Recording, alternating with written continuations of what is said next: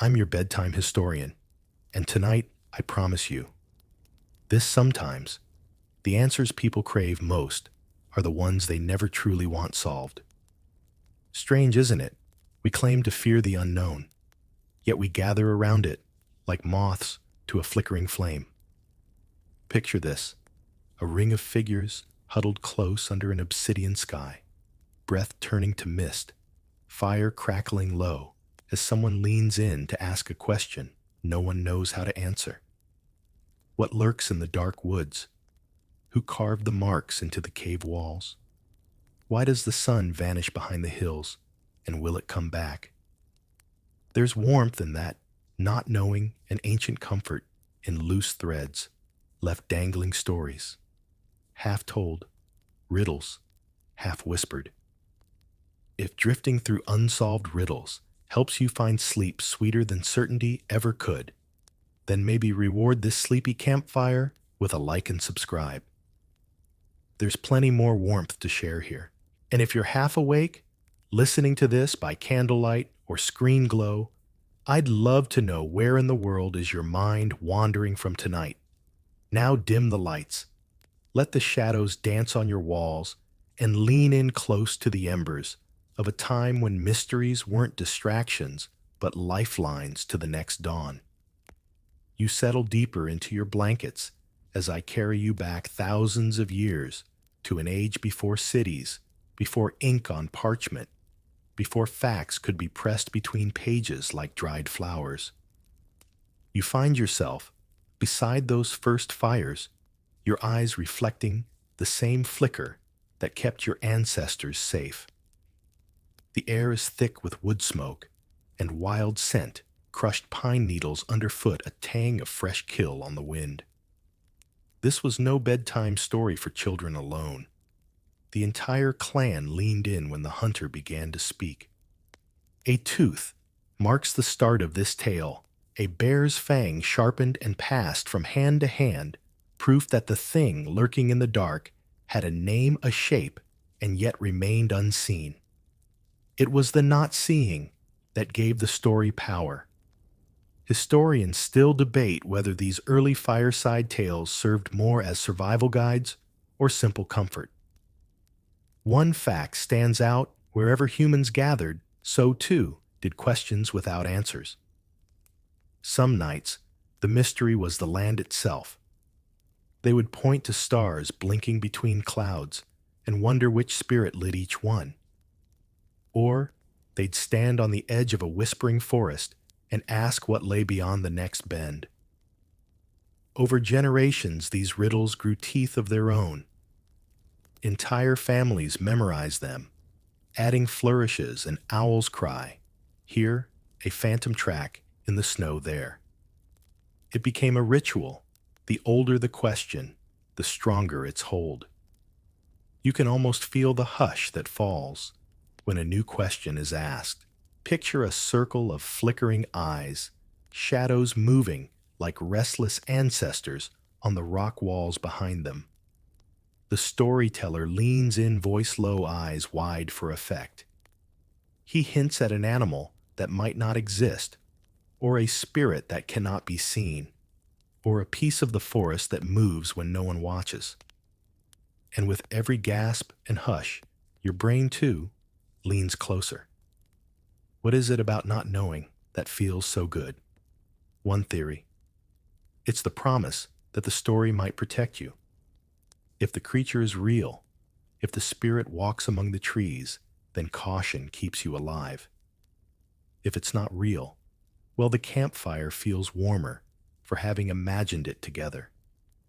Historians still argue whether these ancient gatherings were practical training for the mind or simply the first bedtime stories. Either way, they spark the oldest human addiction, curiosity. Now and then, the flames snap too loud, and someone startles. You feel it too. A quick flutter under your ribs, a tickle of what if that won't be soothed by an answer.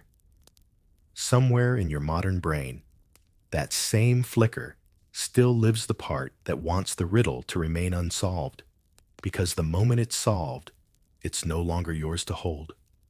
Lean closer to the fire.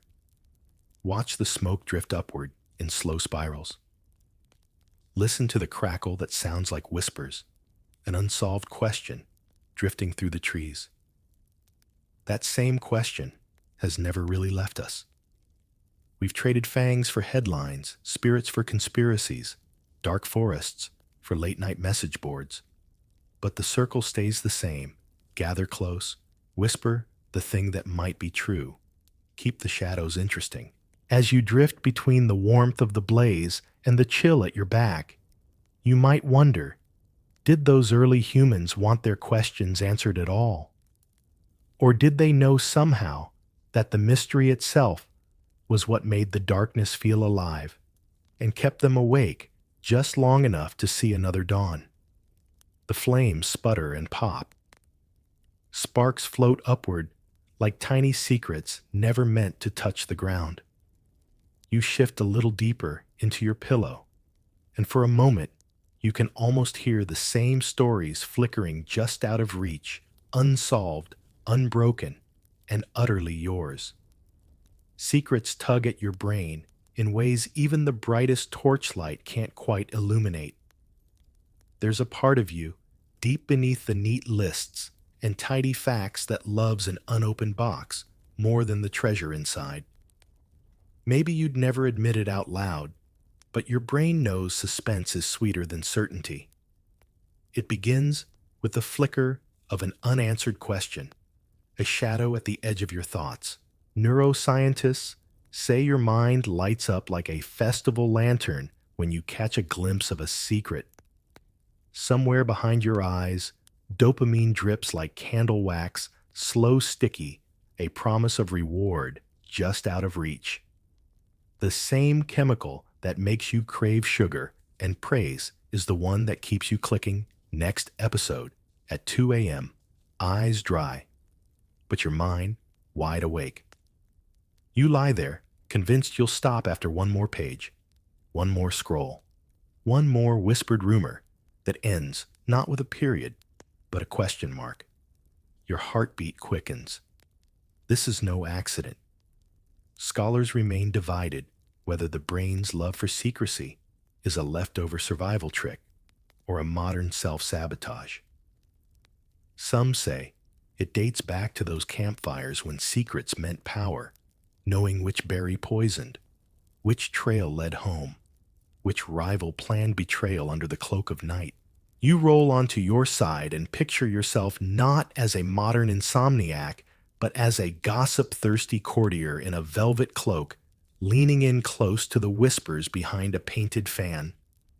Or a Victorian child sneaking a glimpse at a forbidden letter left half open on a mahogany desk.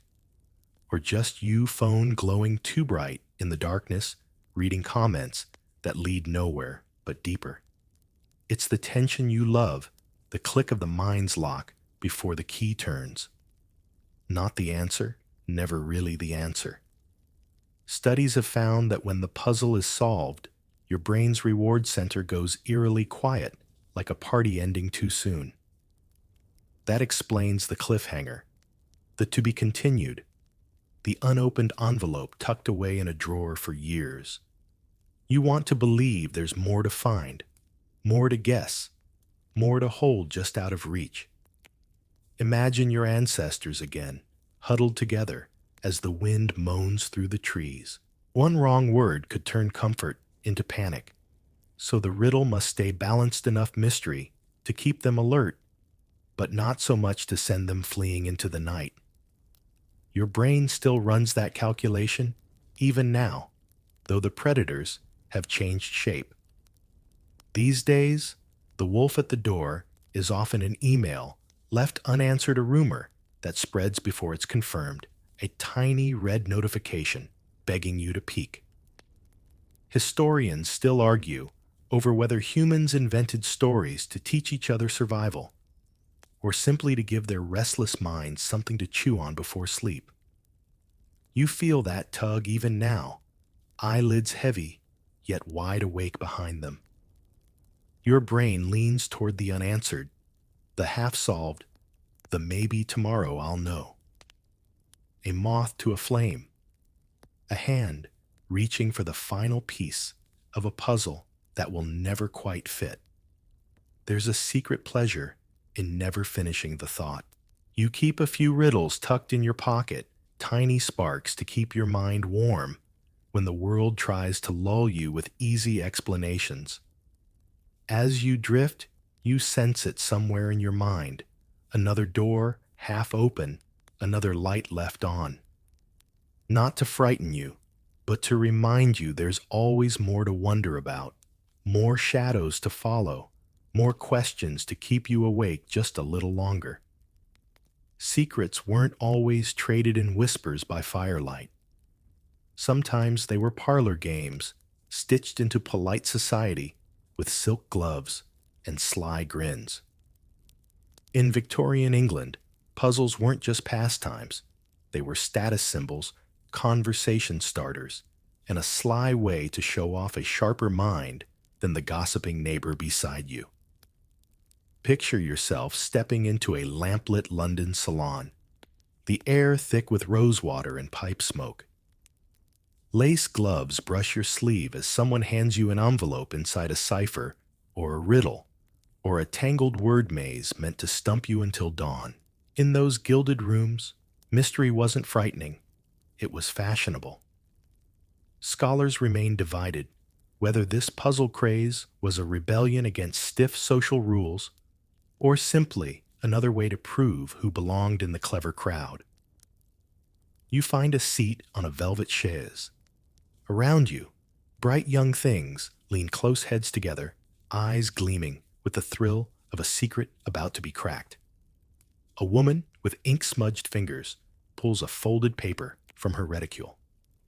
She reads aloud an unsolved murder in the East End clues, printed in the penny press, half the city hungry to guess the culprit before the constable does. It's not polite to speak of blood, of course, but a riddle wrapped in scandal is perfectly acceptable so long as it's discussed over tea and tiny cakes. You lean in just like they did. The room hums with theories and wild guesses.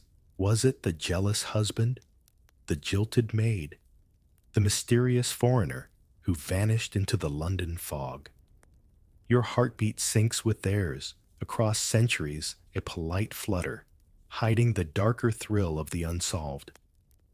It wasn't just murders either. There were crossword puzzles, logic riddles, coded letters sent between lovers, secret societies, leaving cryptic notices in the classifieds. Some Victorians even paid to attend seances where the answers came from beyond the grave, though historians still debate whether they believed or just enjoyed the suspense. You sip your imaginary tea, tasting sugar and scandal in equal measure. The city outside is a labyrinth of gaslit streets, each corner another question mark. A man leaves a clue scrawled in chalk on a lamppost. A woman tucks a cipher into a book at the lending library, hoping the right stranger will find it. The game is everywhere, and everyone wants in. In your own quiet room, centuries later, the puzzle hasn't died. It's just slipped onto your phone. Daily, crosswords, mystery novels, unsolved, Reddit threads, strange conspiracy rabbit holes. You tell yourself it's just a distraction, but your brain knows better.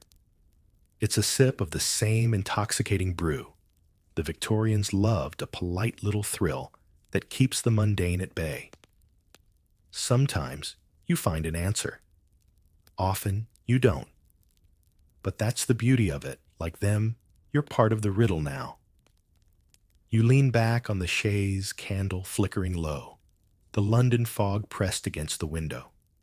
The puzzle waits. The clues glimmer. The solution might be near or never at all. Slip out of the crowded salon, your mind still humming with half-solved ciphers and scandalous theories. Now follow the creaking corridors of power, where mysteries didn't just amuse, they threatened crowns, toppled alliances, and left historians biting their quills in frustration centuries later. Picture a grand court French-Spanish ottoman. Take your pick. Heavy drapes muffling secrets behind every painted door. Here, a rumor wasn't idle chatter. It was a blade hidden in a silk sleeve. A whispered suspicion could unseat a monarch.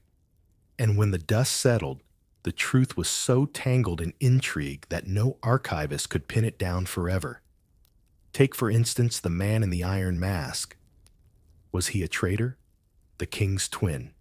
An unlucky noble? To this day, the truth remains tangled in debate over wine and stale cookies, in dusty archives, piecing together fragments from contradictory letters. Your brain perks up. No neat ending means more room to wonder. And so, the prisoner in his metal faceplate keeps living on in your mind long after his cell was emptied.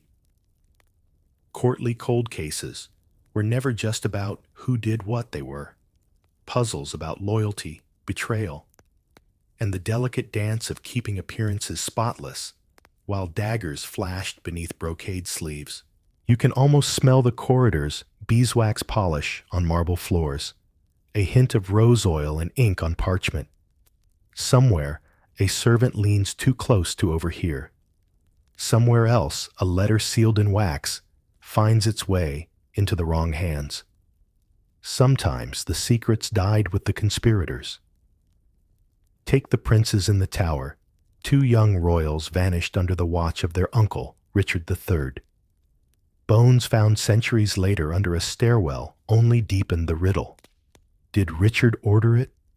Or was he framed by rivals desperate to paint him monstrous?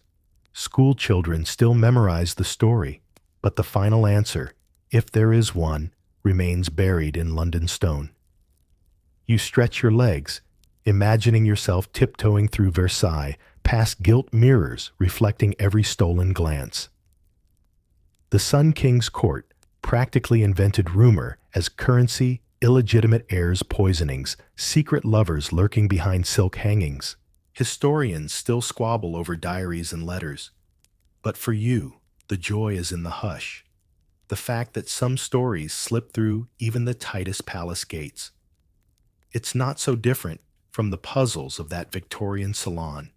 Except now, the stakes were thrones, not parlor pride. In the hush of night, your mind likes to replay these conspiracies like bedtime lullabies with sharpened edges. No neat bows, no final confessions, just cold corridors echoing with secrets too delicious to solve. You pull your blanket tighter, feeling the chill of ancient stone, the brush of silk, the weight of unspoken truths, lingering like perfume, long after the candles gutter out. A courtier's whisper, a hidden letter, a crown that never quite fit, and your mind wide open, eager to follow every clue, except the last. Step away from the echoing courts and candlelit corridors and wander out where the maps end into legends so vast they swallow truth whole. Lost cities have always baited the human mind, shimmering at the edge of the known like mirages that promise more than any king's ransom of gold. Picture Atlantis, first Plato's fable of an island swallowed by the sea for its pride and power. Was it a moral tale, a garbled memory of a real sunken kingdom? Historians still argue, sifting silt and salt for ruins that never quite appear where the clues say they should. Yet your brain clings to that possibility. Maybe just over the next horizon lies marble streets, washed clean by centuries of tide. Now drift south to the jungles of South America, where whispers of El Dorado lured armored conquistadors into thickets so dense they devoured entire expeditions. A city of gold, they said a ruler so rich he dusted himself with precious metal each dawn. They never found him. But your mind still glitters at the thought of sunlight catching rooftops hammered from pure treasure hidden under vines and howler monkey cries. Closer to home, or far older still, there's the buried city of Troy. once dismissed as myth, until a stubborn dreamer with a spade found stones matching Homer's wild lines. Even then, the questions multiplied. Was it really Troy? Or just a ruin too convenient for wishful digging? You sense the pattern. Now the more a city hides, the more alive it stays. You slip deeper under your blankets and imagine standing at the mouth of a cave in the Hindu Kush or peering down a well in the Sahara. A single carved stone hints at a lost civilization. Maybe there's an entire metropolis under the shifting dunes, silted streets, statues with blank eyes, an amphitheater waiting for voices that never come. Archaeologists draw maps. Drones scan ridges from the sky. Treasure hunters squabble over rumors scratched into a sailor's log. To this day, the truth remains tangled in debate whether these cities were ever meant to be found, or if their power lies exactly where they are half true, half fable, suspended in the mind's perfect maybe.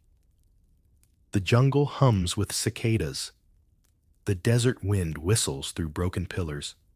Beneath your pillow, your brain drifts along ancient trade routes, silk, salt, gold gossip, tracing paths that always promise one more hidden corner, one more clue. Even if the jungle swallows every stone the city lives on, unbuilt and indestructible.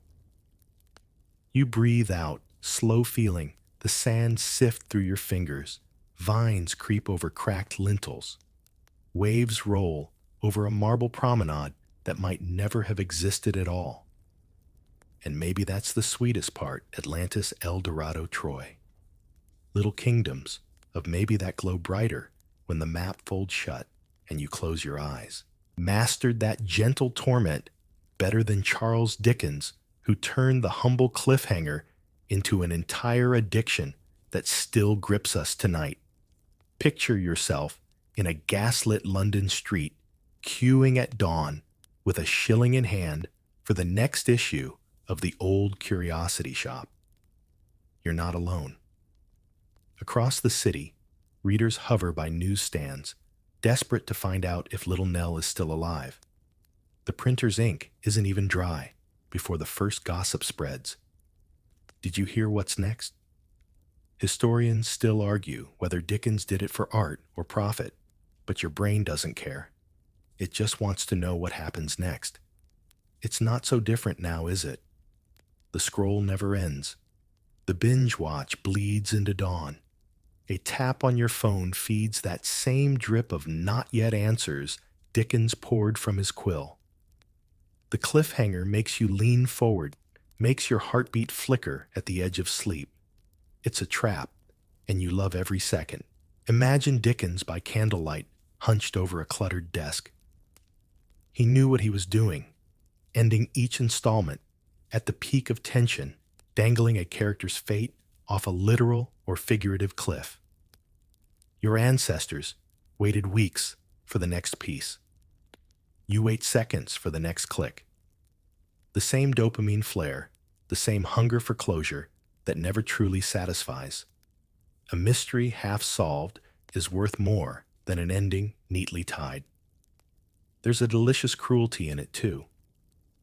When the Old Curiosity Shop shipped to New York, crowds mobbed the harbor, shouting at sailors, "Is Little Nell dead?" Imagine your modern spoilers, but with dock workers instead of leaks on Twitter. Some say Dickens himself laughed at the panic. Historians still debate whether he relished the power or fretted over the burden. Either way, the hook was buried deep, and the readers happily squirmed. Back in your bed, the screens flickered just the same. Series drop finales with twists that force you to wait. Comment threads dangle theories, like Victorian street kids hawking papers. You promise yourself just one more page, one more episode, one more scroll, because your brain was built to crave the next sentence. The unfinished is warmer than the full stop. So you drift with Dickens tonight, ink-stained and cunning dangling Nell's fate, a villain's escape a hero's last stand just out of reach. You flip the page in your mind, your eyelids heavy, but your curiosity sharper than sleep. Somewhere in the gas-lit fog, the printer's press thumps. Somewhere in your pillow's hush, the question mark curls into your dreams. If cliffhangers hooked you, honestly, hoaxes did it with a wink and a lie so good, you almost thank the trickster for spinning it. Throughout history, fake mysteries have dazzled crowds, duped kings, and made entire empires look sideways at shadows that were never there. You may think you're too wise for that now, but your brain still loves a fraud wrapped in a riddle. Picture yourself wandering a crowded London street. In the 1800s, a handbill thrust into your palm. Come see the Fiji mermaid, a grotesque marvel half fish, half monkey, all stitched together by a carnival barker, clever enough to know that a bad answer is better than no answer at all. People queued for hours, gasped at the shriveled horror, and whispered about the wonders the sea might still hide. Historians still argue whether they truly believed or simply enjoyed the delicious fraud. The Fiji mermaid wasn't alone. Medieval Europe adored relics, a feather from Gabriel's wing here, a thorn from Christ's crown there. Entire pilgrimages set out to kneel before bones that were more likely pig than saint. Towns built their wealth on these holy hoaxes. Was it faith or the thrill of a secret so impossible that its very absurdity made it believable? The church archives remain stuffed with polite denials and careful silence. You breathe out, picturing a weary traveler dropping a coin in an alms box to glimpse a vial of Mary's milk in a candlelit shrine. Maybe they knew. Maybe they didn't care. The hoax, after all, gave them something real, hope, wonder, a tale to carry home when the road grew cold. Modern minds pride themselves on skepticism, yet new hoaxes bloom where old ones rot. The Loch Ness Monster still ripples beneath Scottish waves. Bigfoot's footprints press into muddy woods. A forged manuscript sends scholars into wild debates. Historians still argue whether the Vinland map was proof of Vikings in America or just an ambitious prank from someone with too much ink and time. Even now, a fake mystery can grip you harder than any dull fact. You scroll through a viral photo. Is it doctored? You watch grainy footage. Is it real? You share it anyway because your brain would rather marvel at an uncrackable trick than close the case. The lie is warmer than the cold truth. Lean back under your blankets and let the shadows flicker with stories that were never true but felt true enough to keep you awake. A mermaid with monkey eyes. A footprint too big to match any beast you know. A fragment of bone that could bless you if you'd only believe. It's an old dance, this trick, and trust each hoax a mirror that shows how badly we want the world to be stranger than it really is. And when dawn comes, you may smirk at how easily fooled they were, but tonight, your sleepy brain still thanks them for the lie. Now lean deeper into your pillow, because the truth is, your brain wants all these half-finished tales for one simple reason: they help you drift away. Unsolved stories act like gentle waves, rocking your thoughts just enough to hush the day's noise. It's no accident you're here wrapped up in riddles as you chase sleep like a ghost slipping through half-open doors. Your mind loves a mystery, not just because it thrills you, but because it soothes you. A question without an answer is like a lullaby for grown-ups, a soft loop that keeps you from replaying your to-do list or tomorrow's worries. Historians still argue whether bedtime tales began as lessons for children or whispered spells for adults who needed the dark to feel safe.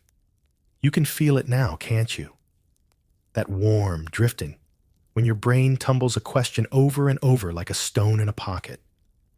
Who really built those buried cities? Why did the kings lie?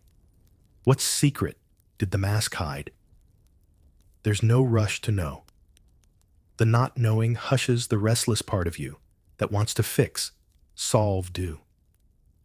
Picture a monk in an ancient scriptorium, scratching ink onto parchment by candlelight. He copies a riddle in Latin, one that already puzzled minds for centuries before him, and knows full well the answer isn't the point. He sets the puzzle on the page like a trap for your thoughts, a snare that catches your wakefulness and makes it curl up like a cat at your feet. You roll over, breathing softer now, the shadows on your walls, dancing like flickers of old campfires. Maybe you'd think a bedtime story should tie every thread, offer up every culprit and confession, but your brain knows better. The cliffhanger at the edge of sleep is the thing that lets you slip under. There's a curious comfort in not knowing, like a half-finished painting, left leaning against an attic wall, or a ghost story that ends with footsteps in the dark, but no face at the door. You could chase it down, pull every answer from its hiding place, but you don't. Not here, not tonight. And so, you rest, cradled in riddles, drifting through half-answers, like a dreamer, wandering candlelit corridors, the twist just out of sight. The mystery isn't here to wake you. It's here to carry you softly into sleep, one unsolved secret at a time. Slip quietly from your soft bed into a trench, dug deep into dry earth, an archaeological dig site at dawn, where every shovel of dirt promises an answer, but gifts only more questions. Here, even the most stubborn facts hide behind shadows of uncertainty, and every artifact whispers riddles older than kingdoms. You stand at the edge of a pit, the sun still low and the air sharp with dust and sweat. Brushes flick gently over stone. A glint of pottery appears, a shard painted with a figure no one's ever seen before. Who is she? A goddess? A queen? A figment of an ancient potter's fancy? Historians still argue around folding tables stacked with notes maps and half-translated inscriptions. Each find pushes the answer just out of reach. That's archaeology's secret gift to your bedtime brain. Every discovery feels like the start of a story, not the end. You can almost hear the voices of the dig team arguments over carbon dating the hush when someone lifts a tiny bone fragment from centuries of silence. Maybe it's part of a burial ritual. Maybe it's just a dog. Maybe it changes everything you thought you knew about this patch of earth. Picture Troy again. When Schliemann dug through Hissarlik, he found layers stacked like dream upon dream, one city built on the ashes of another. He was sure he'd found Homer's Troy. Others disagreed. The site remains a riddle box with no clear key, which walls belonged to which king, which fires marked which war. The questions crumble slowly under your eyelids, like ancient stone under weather and time. Farther east, the Indus Valley sleeps beneath farmland and villages. Perfectly cut bricks lost drainage systems, inscriptions no one can read. Whole cities mapped out in grids that look eerily modern, yet the people behind them left no clear trail to follow.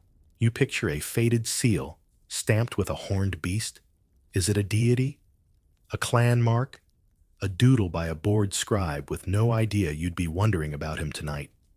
Your mind drifts among the dig sites, buried temples in Mexico, shipwrecks off Greek islands, mummies in peat bogs that keep their secrets close. Archaeologists scratch at the earth, piece the puzzle together, and inevitably find more blank spaces than solved ones. Historians still argue whether that's failure or success. You warm in your bed, know it's exactly what makes sleep come easier. The gentle hum of unanswered questions wrapped in dirt and time. Your breath deepens. Somewhere beneath your pillow, an ancient city hums a mosaic, half revealed, a pot left whole because no one dared lift it. The answers can wait for dawn. For now, let your mind drift down these trenches and rest among the relics that promise you'll never run out of stories to wonder about. You're half asleep now, but lean closer, past the trenches and lost cities, into the haze where facts blur with prophecy, where secrets slip through time in riddles that promise glimpses of tomorrow. Your brain has always loved a peek ahead, especially when the peak is too foggy to pin down. Picture Nostradamus hunched at a candlelit desk in 16th century France, ink staining his fingertips as he scribbles cryptic verses. His quatrains read like puzzles wrapped in fog plagues. King's apocalypses all so vague, they fit whatever fear the next century decides to wear. Historians still argue whether he truly saw the future or simply understood how much people crave an answer wrapped in mist. You watch him dip his quill again. The candle gutters the ink blotches, and somewhere a rumor takes root these lines hold tomorrow. And that rumor lives on centuries later, whispered on late-night radio shows, buried in tabloid pages, blinking at you from grainy YouTube conspiracies. The prophecies morph to fit each new age, like shadows cast on a shifting wall. It wasn't just Nostradamus. Oracles in Delphi breathed vapors and spoke riddles that launched wars. Medieval astrologers plotted the fates of kings in stars so far away their light was older than the crowns they claimed to guide. A single comet's tail could crown a victor or doom an empire. You'd think we'd outgrow it, but even tonight, some corner of your mind wants to believe the universe left a note just for you. Your phone glows. A psychic ad slides between your scrolling, one more promise that the answers are waiting if you just pay. Just listen. Just look for patterns in the static. It's easy to smirk at the thought, but your sleepy brain likes it. Not because you're gullible, because you love the soft tension between maybe and never. Imagine the village fortune teller cards laid on a worn cloth tea leaves swirling in the bottom of a chipped cup. The answer's never clear enough to ruin the thrill. Historians still debate whether these rituals offered real insight or just a polite cover for gossip and hope. For you, they're another gentle distraction, one more knot your mind can toy with until dreams take over. So tonight, you drift alongside the prophets and star watchers, your thoughts slipping through veils of vague verses and clouded crystal. Maybe you'll wake with an answer. More likely, you'll wake with the same quiet hum, a secret not quite cracked to tomorrow that still keeps its cards close to the chest. Close your eyes. Let the candle burn low. Somewhere in the dark, a cryptic line waits to be misread again and again. And your mind, warm in the hush of almost sleep, smiles at the promise that some questions never want to be solved. Slip through the veil of vague prophecies into a world that feels far newer, yet still feeds that same ancient craving, the belief that behind every locked door, someone must be pulling the strings. Conspiracy theories aren't just the late-night playground of restless minds. They're proof your brain never really stopped gathering shadows around the fire. Picture a smoky tavern in the 1700s, a cluster of revolutionaries leaning close over mugs of ale. They whisper about hidden monarchs, secret societies, coded letters ferried by midnight riders. Maybe it's the Illuminati, maybe the Freemasons, some secret cabal tugging at the threads of history. Historians still argue how much these groups truly shaped events and how much they simply gave people something thrilling to blame when the world refused to make sense. Fast forward to your bed tonight, where the same old patterns flicker through the glow of your phone. A rumor here, a classified file there, a cryptic symbol on a faded photo. Your brain perks up, ready to piece it all together. You scroll past posts connecting pyramid builders to aliens, world leaders to hidden puppet masters. Some theories are nonsense. Some sprout from kernels of truth, but all of them scratch the same itch. What if there's more? What if someone knows? You pull your blanket tighter, feeling the familiar buzz of wondering if the truth really hides in plain sight. Maybe it comforts you, a story bigger than you are, one that ties the chaos together with invisible thread. Historians still bicker over whether conspiracy thinking is dangerous or just human nature's last campfire. We fear the dark, so we light it with stories of secret hands guiding the storm. Imagine yourself in ancient Rome gossiping that Nero secretly burned the city, or in the Cold War, eavesdropping on neighbors for signs of spies, or now, wide awake at 2 a.m., reading a chain of comments that starts with a missing file and ends with the moon landing. The pattern is the same. The glow is the same. Your brain hums with the possibility. Under your pillow, the questions swirl. Who decides what you're allowed to see? Why do some secrets slip out and others stay locked away? If you found the truth, would you really want it? Or would the mystery be sweeter, the shadows more comforting than the harsh light of certainty? So you drift on the warm edge of doubt. Somewhere, a whistleblower rewrites a secret history. Somewhere, a hidden hand tugs a string that might not exist. You sigh into your pillow, thoughts spinning like soft smoke, proof that your mind still loves the dark more than it fears it. Now drift with me deeper underground into the tombs that sealed their secrets in stone and gold, daring generations to pry them open and face whatever curses might have lingered in the dark. Few mysteries tease the human mind more than a grave that whispers, "Don't look inside." Naturally, we look. Picture the Valley of the Kings, 1922. Howard Carter kneels before a freshly broken seal. Behind him, the Egyptian sun beats down on shifting sands and gossip. Inside, a stairway chiseled centuries ago, a door, then another, then a chamber that spills open like a wound. Historians still argue whether the so-called curse of Tutankhamun was real superstition or clever press spin, but your brain knows better. It loves the thrill of the maybe. You brush your fingers over golden masks and painted walls, serpents coiled in blue pigment eyes that have watched the dark for millennia. There's a shiver that has nothing to do with ancient ventilation. Did the priests carve a warning or a blessing, a trap for grave robbers, or just the human need to believe the dead aren't truly helpless? Even now, some swear the pharaoh's restless spirit still punishes the curious. Tutankhamun isn't alone. The Qin Shi Huang Mausoleum in China, sealed for over 2,000 years, lurks beneath a mound near Xi'an, untouched, while clay soldiers stand guard above. Radar peaks have shown rivers of mercury booby traps, entire worlds painted on walls no modern eye has seen. Historians still bicker open it and risk destroying priceless secrets, or let the tomb keep its hush a little longer.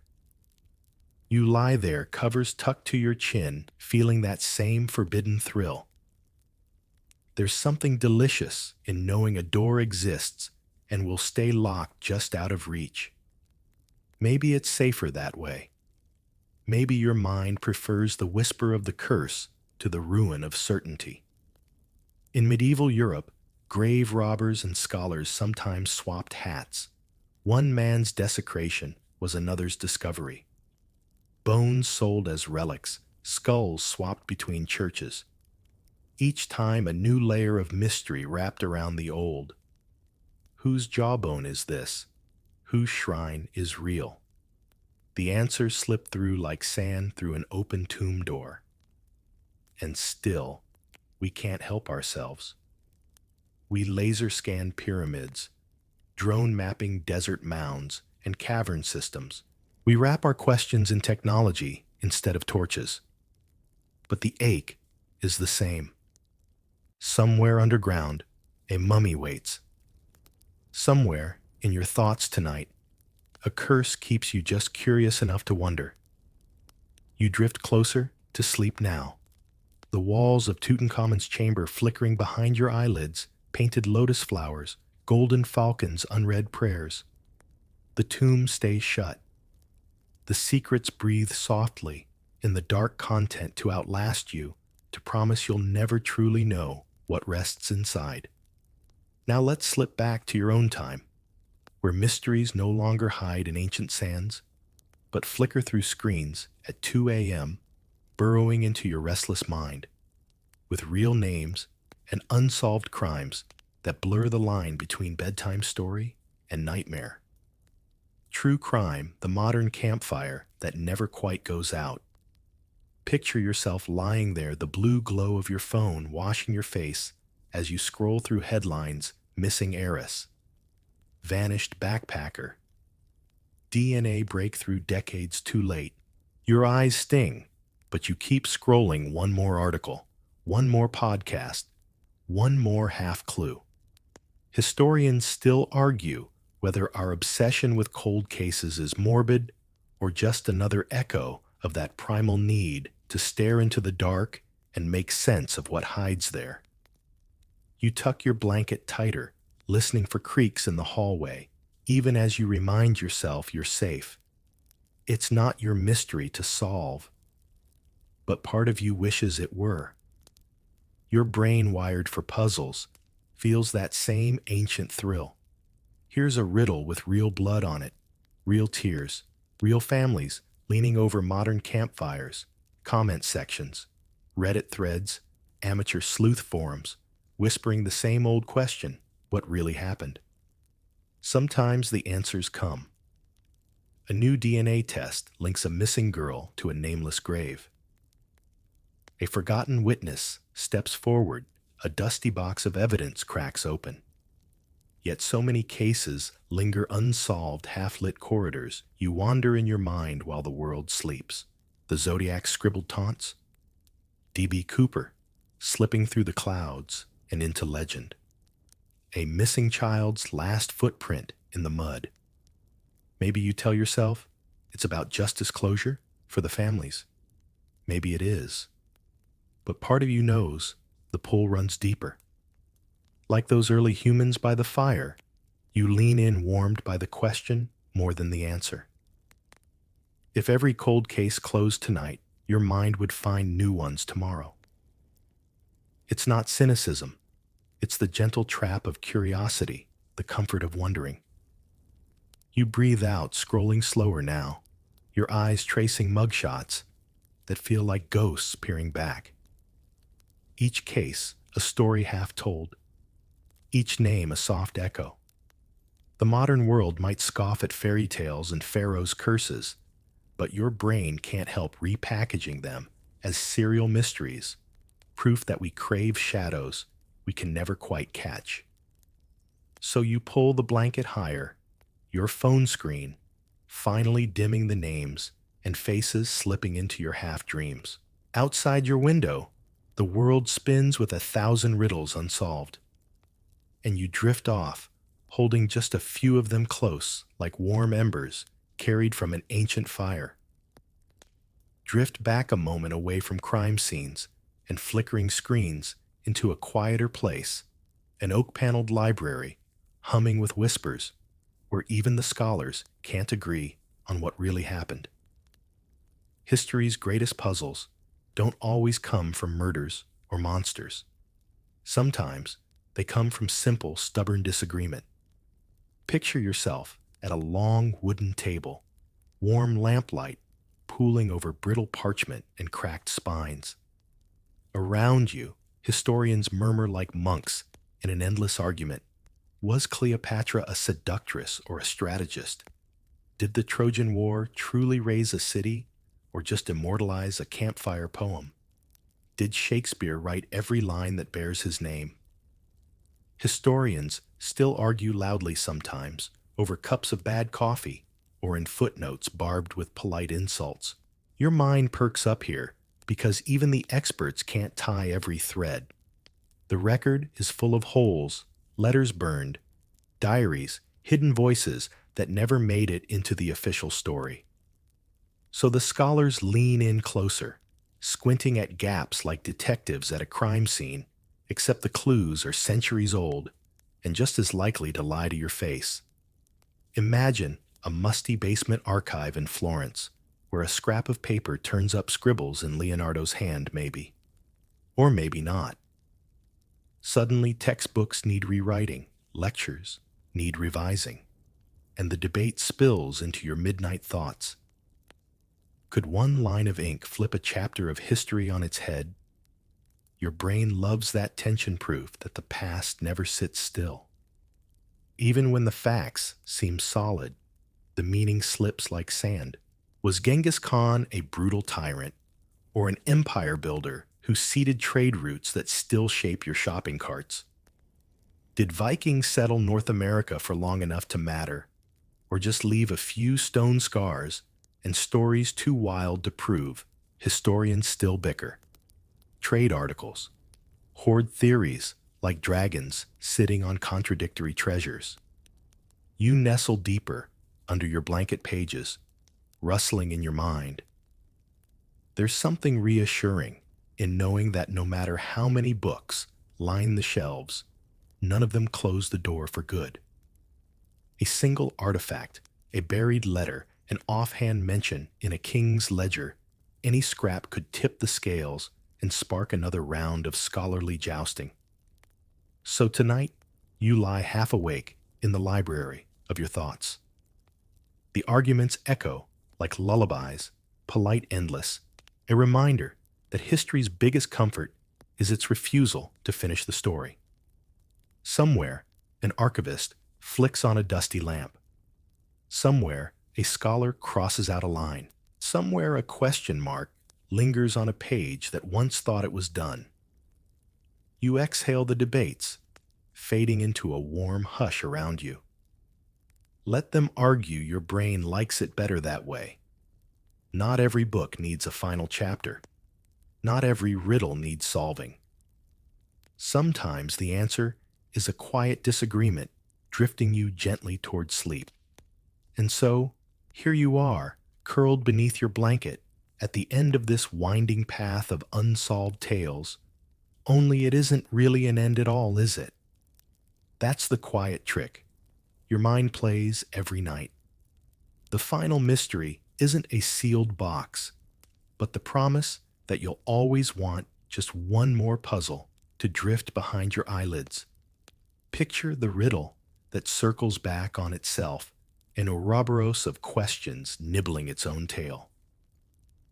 Historians still argue whether this is a flaw in human nature or its greatest secret gift, that we find more comfort in never knowing everything than in locking away every truth.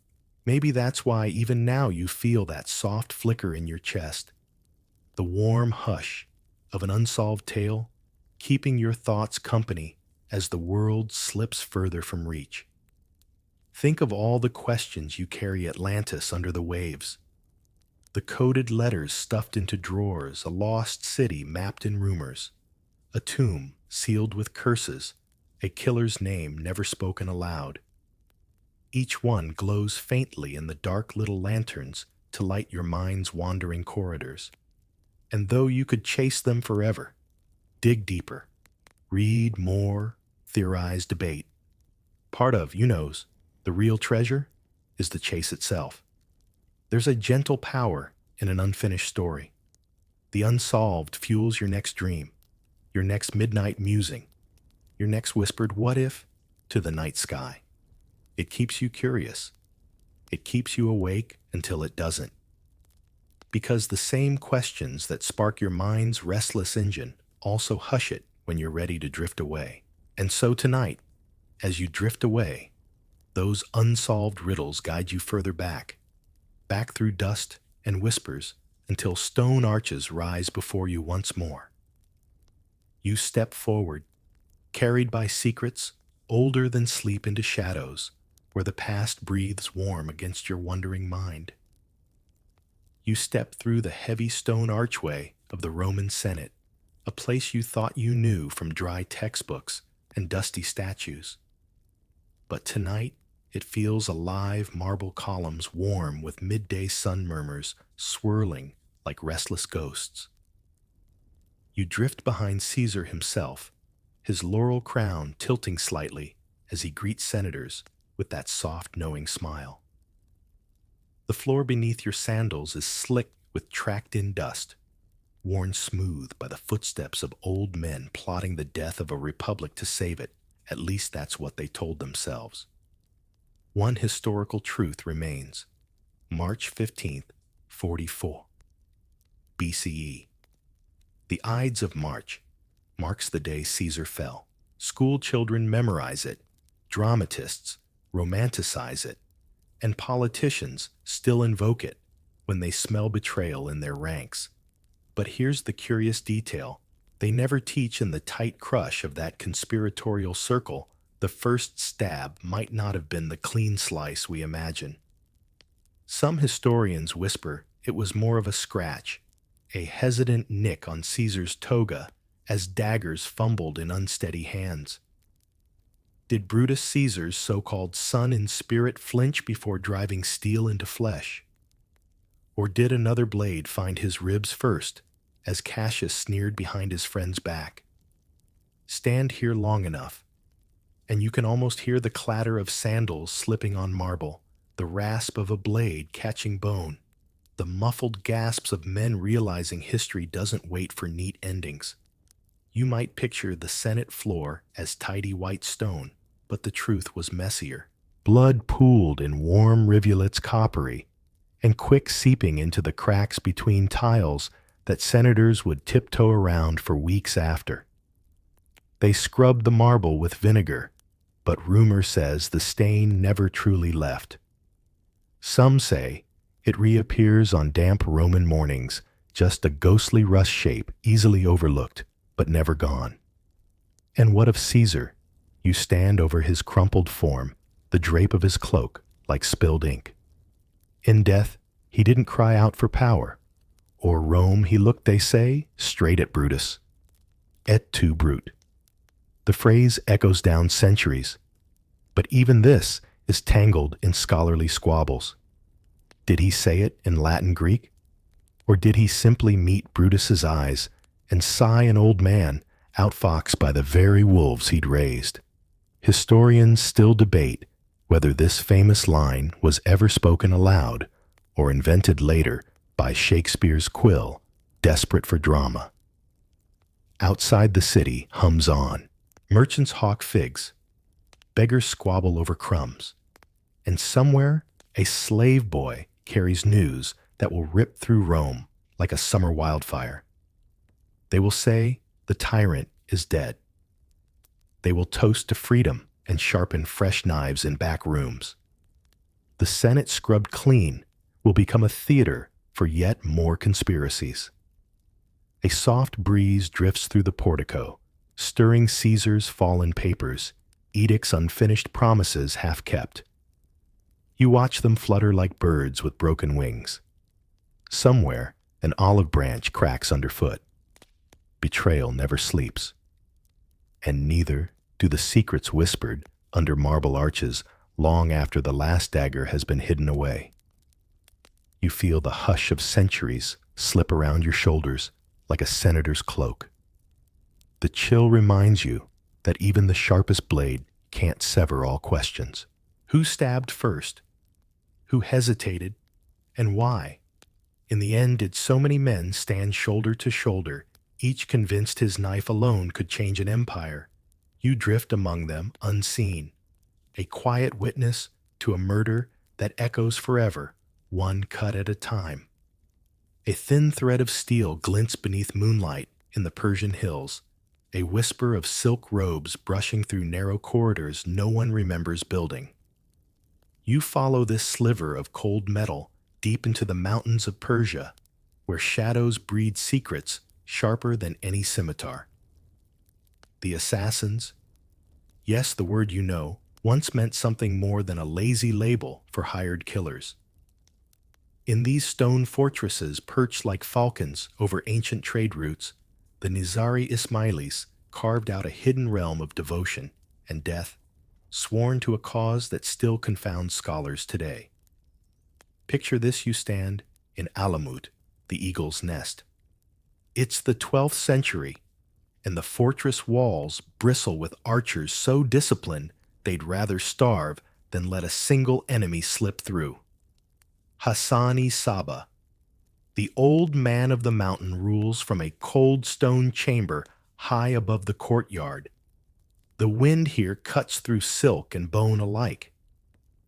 It carries rumors of drugged initiates, illusions of paradise, and deadly missions whispered into the ears of young men who would vanish into crowds only to emerge beside the soft throats of kings. The historical fact that grounds this misty legend is plain enough: the Nizari assassins did exist. They fought the mighty Seljuk Empire, defying armies with walls barely wider than goat paths. They struck targets no one else could reach, from viziers to crusader lords. And yet, here's the overlooked detail: many so-called hits never happened. Some victims died decades later, far from Persian blades. The real power was fear, fear that a dagger waited in the dark if you crossed the wrong mountain road. And so the stories grew wild. Marco Polo spun tales of secret gardens where young recruits tasted paradise, wine, honey-silken embraces, before awakening under Hassan's cold command: kill or lose heaven forever. Historians still argue whether these tales were travelers' gossip Mongol propaganda or a convenient excuse for European courts to explain sudden stabbings that seemed to come from nowhere. Tonight, you slip through hidden stairwells, slick with oil lamps. You listen for echoes of sandals on stone. Sometimes you catch a whisper, the oath of a fedayeen sworn to strike a sultan's heart. But the names blur, the bodies disappear into legend, and the eagle's nest crumbles under centuries of siege and retelling. One scholar insists that when the Mongols finally stormed Alamut in 1256, they found libraries bursting with philosophy, not poison. Scrolls on astronomy, medicine, mathematics, proof that these assassins were guardians of knowledge as well as fear. The fortress burned anyway, its secrets drifting upward in ash and rumor. And what's left for you, wandering these cracked battlements tonight? A faint scent of rosewater, a hush of sandals brushing past you in a corridor that shouldn't exist, and that single glint of steel always there at the edge of your vision, never striking, never resting. Listen closer. You might hear the wind say they were shadows, they were myths, they were men who vanished while the world pretended not to see. A faint whiff of almonds drifts through the corridors of an ancient European palace, a smell you're told to ignore, though it curls under doors and seeps through velvet drapes at midnight. Royal poison plots were never as theatrical as stage plays would have you believe. Forget the glistening goblets and dramatic collapses mid-banquet. The truth was far slower, more patient, like a snake that slips inside your boot while you sleep, curling coldly around your ankle. You find yourself now in a candlelit hallway of Renaissance Florence, or perhaps Versailles, or maybe the back corridors of the Habsburg court. These palaces are interchangeable when it comes to whispered deaths and secret toasts. Here, among gilded portraits and creaking floorboards, you overhear servants muttering about arsenic mixed into sugared almonds. One historical fact holds steady: arsenic was once called inheritance powder. Doctors of the time, some paid well to look the other way, knew the signs, but rarely said so aloud. Pale skin, sudden weakness, a lingering illness that made accusations feel impolite. And the best part for the poisoner, no blade, no blood, just a slow drift into sleep that no one could prove wasn't nature itself. Yet the quirky, overlooked detail is this nobles obsessed over poison, not just because it killed silently, but because they could blame it for anything. If a duke fell from his horse poisoned, if a queen's hair thinned, poisoned, if a prince coughed too often in winter, someone slipped something into his wine. Rumors became a kind of court currency, spun by rivals, scribbled by gossips, traded like coins in the dark. Entire fortunes rose and fell on the fear that your next fig might be your last. You slip now through a kitchen where pots of honey and jars of spice line the shelves. In a corner, a tiny bottle green glass, sealed with wax, sits innocently beside the rosemary. A cook pretends not to notice when it's missing the next day. Historians still argue whether Catherine de' Medici, the so-called Black Queen of France, truly trained a secret cadre of poisoners, the infamous flying squadron of ladies who could charm and dispatch lovers in equal measure. Some say it's pure myth-court gossip, turned legend by playwrights needing a villainess. Others insist they see traces of her quiet terror in the sudden deaths that reshaped French power for decades. You drift deeper, past velvet drapes that hush your footsteps, past portraits that seem to watch you as you lean close to candle flames. In the next room, a nobleman coughs soft, polite, like clearing his throat. He does not know that the almond smell will linger long after he's gone, that his ring will pass to a cousin who ordered this quiet sip of oblivion. And you stand behind the drapes invisible, watching history repeat itself in slow, sweet sips. The poison is the thing so subtle that sometimes the victim even thanks the cupbearer for the drink that ends a family line. Some secrets travel faster than any horse, just a rumor of almonds, a stain on a goblet, a hush in the hallway when the crown changes hands overnight. A locked door at the top of a creaking wooden staircase. That's all that stands between you and one of England's most unsettling riddles, two princes, one tower, no certain ending. Slip inside the damp chill of the Tower of London, where stone walls trap whispers like flies in amber. You find yourself standing in a small chamber with thin, arrow-slit windows and cold rushes underfoot. Here in 1483, Edward V and his brother Richard, Duke of York, two boys, rightful heirs, vanished as neatly as if someone folded history shut and hid the page. The historical fact that haunts every student of the Wars of the Roses is simple. The princes were last seen alive in the tower. They had been lodged there for safekeeping, while their uncle, Richard, Duke of Gloucester, prepared the coronation. And yet, instead of a crown, Richard took the throne for himself, becoming Richard III, one of England's most divisive kings. Now, lean closer.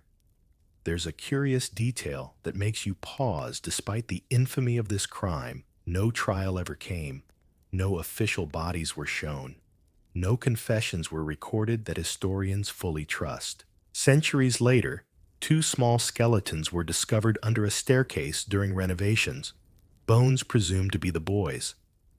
But were they? No royal seal, no certain proof. The tower kept its secrets brick by brick. Stand here long enough, and you might hear their faint laughter echo off the stone, a game of dice maybe, or the soft thud of a wooden toy against a door. Some claim the boys were smothered with pillows while they slept. Others believe they escaped entirely spirited away by loyalists to grow old under new names in the Low Countries. Historians still argue whether Richard III, maligned by Shakespeare's hunched villainous version, truly ordered their deaths or merely benefited from them. Tonight, you lean against the narrow window slit. Outside, the Thames sighs under a silvered moon. Torches flicker on the battlements, where guards pass in pairs, eyes downcast. Somewhere below, the yeoman warders will swear they've seen two childlike shapes flitting through the white tower's deepest shadows. Hands clasped, heads bowed. You step carefully down spiral stairs, slick with centuries of rumor. In the courtyard, ravens huddle near a rusted portcullis, black feathers puffed against the damp. The legend says, if the ravens ever leave the tower, the kingdom will fall. But for these two missing boys, the kingdom already fell torn apart by suspicion, rewoven by Tudor myth-making. A chill breeze follows you out through Trader's Gate, past walls, where old graffiti crosses initials carved by prisoners still marks the stones. The princes never left their mark. Or maybe they did in a way sharper than any dagger, two absences that never stopped echoing through royal bloodlines and bedtime tales alike. And tonight, as you drift toward sleep, the tower stands as it always has, silent, watchful, waiting for someone to ask the same question again. Did Richard III do it? Or not? A cold iron mask rests on your fingertips, heavy damp, with centuries of unanswered whispers. You lift it slowly, feeling the chill seep through your skin as you stare through the narrow eye slits at a face you'll never see. Step softly now into the echoing corridors of a French prison, the Bastille perhaps, or Pignerol, or the forbidding fortress of Sainte Marguerite Island. The walls change shape depending on which legend you choose to believe, but the mask never does. It is always iron, or sometimes velvet-lined steel, tight enough to press secrets into silence. And inside, a man who might have been royalty, a twin brother, an inconvenient heir, or no one of consequence at all. The historical fact sits plain enough in the late 17th century, under the watchful eye of Louis XIV's fearsome minister. A prisoner known only as the Man in the Iron Mask was held in isolated cells, moved between fortresses, always hidden. Records confirm that for decades this faceless figure was guarded with fanatical secrecy, allowed no visitors forced to cover his face if ever seen by another soul. When he died in 1703, the mask was buried with him, or so the story goes. But lean closer, and the curious detail is this. Some accounts insist the mask wasn't iron at all, but black velvet more humiliating than cruel. Voltaire, ever the mischief maker, fueled rumors that the prisoner was the twin brother of Louis XIV, an heir who would have unseated the Sun King's divine right to rule. Alexandre Dumas spun the tale further, giving us novels, films, and bedtime conspiracies that rattle through history like a ghost behind bars. Historians still argue whether the prisoner was truly royal or a lowly valet who overheard too much palace intrigue. Was he a disgraced noble, a political scapegoat, a lover of secrets better off vanished behind cold iron? Tonight you drift past flickering torchlight along damp stone passageways. You hear the hush of straw underfoot, the scrape of chains against stone. Beyond a thick oak door, he sits on a narrow cot, masked, breathing slow, humming a tune you almost recognize. He doesn't look up when the jailer slides in a plate of stale bread and thin soup. He hasn't spoken in years. They say no one alive remembers the sound of his voice. Peer through the tiny grate. See the scratch marks on the walls. Tally marks. Or prayers no one knows. One keeper, bored in his journal, described the prisoner's calm posture, shoulders, straight eyes, bright behind metal shadows. Some say the mask was locked so tight it left raw, red welts along his neck. Others whisper he wore it willingly, a final defiance against a king who feared his face more than his words. Outside, France danced on ballrooms, glittering with wig silk and powdered faces hiding masks of their own. Courtiers traded secrets like coins. Revolution simmered in candlelit parlors. All the while, one man sat alone in the dark iron clamped tight where his identity should have been. And you carry the mask now in your mind, wondering which is heavier, the iron that hid his face or the centuries of stories forged to explain what no jailer ever dared write down. Somewhere tonight, under the hush of your blanket, the mask lingers empty, waiting for a name. A gentle drift of sulfur rises from a flickering candle in a damp room on the island of St. Helena, one tiny flame burning near a bed where the world's greatest conqueror lies staring at the ceiling. Napoleon Bonaparte, Emperor of the French master of Europe, prisoner of the British Empire. Here in this final exile, you hover near the foot of his narrow cot, listening to the ragged pull of his breath. His boots, once polished bright enough to blind the sun, sit in the corner, scuffed and still caked with island mud. One hard historical fact: Napoleon died on May 5th, 1821. Officially, the cause was stomach cancer, a family curse inherited from his father. But that's never been quite enough for those who linger over the puzzle of his last days. You lean closer and see why his skin yellowed strangely, his hair brittle, and in the basin, nearby clumps of it swirl in cold water. Here's the curious detail. Centuries later, modern tests on preserved locks of his hair revealed unusual levels of arsenic, higher than any accidental dose from medicine or green-tinted wallpaper could explain away. Arsenic, the old inheritance powder, the royal whisper of poison. Was it intentional, slipped into his wine by a loyalist turned traitor? Or did the damp walls of Longwood House simply shed toxic mold and dyes draining him in slow motion? You hear his restless mutterings, whispers of betrayal from aides, visions of the vast armies he once commanded. He dreams of Austerlitz, of cannons pounding snow into mud, of a crown that slipped from his brow the moment he trusted too many courtiers with slippery hands. Historians still argue whether the arsenic was murder or just the byproduct of 19th century living. Some say the British preferred him dead better a quiet tomb than another escape, another thunderous return across Europe. You drift closer to the table at his bedside. Scattered there, scraps of letters, never sent, a chess piece shaped like an eagle, a half-finished note denouncing his jailers. The candle flickers shadows, leaping across his sunken eyes. He opens them for a moment, dark, clear, defiant as ever, and they seem to find yours in the gloom.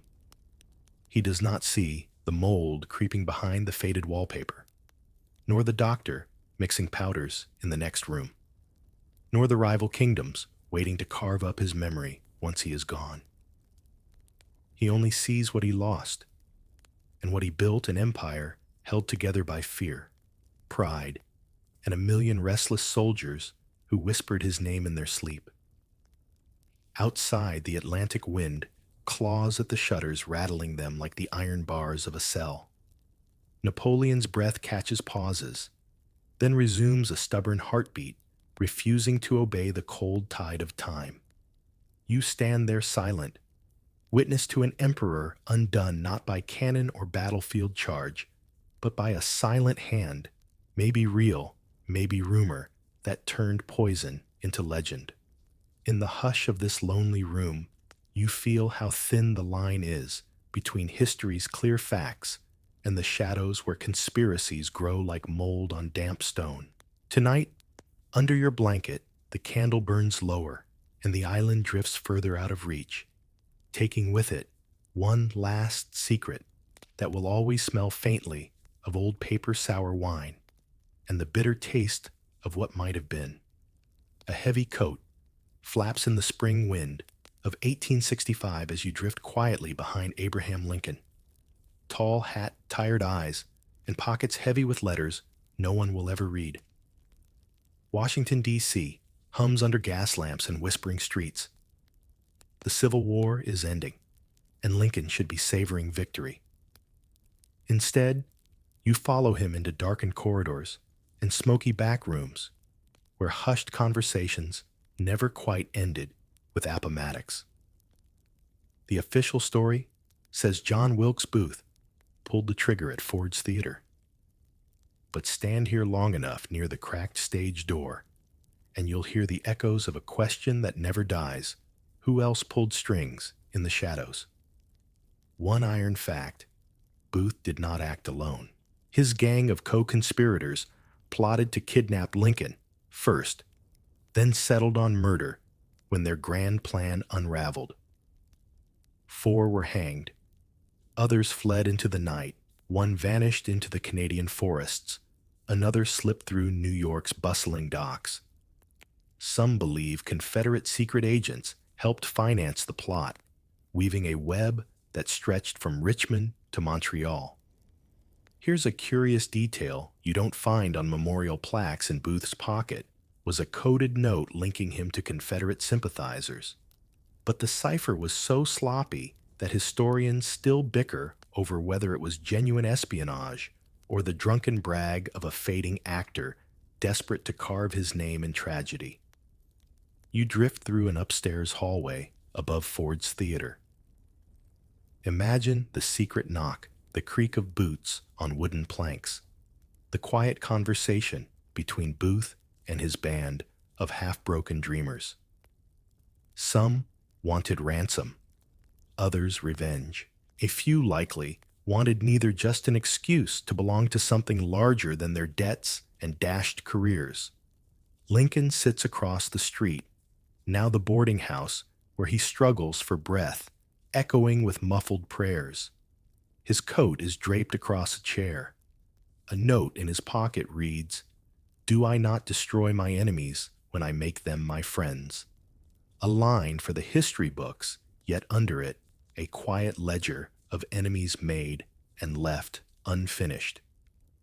Historians still argue whether powerful Southern families, the Knights of the Golden Circle, or rogue Union traitors kept the plot alive even after Booth's pistol cracked the April night open. Some conspirators' trails turned up in court.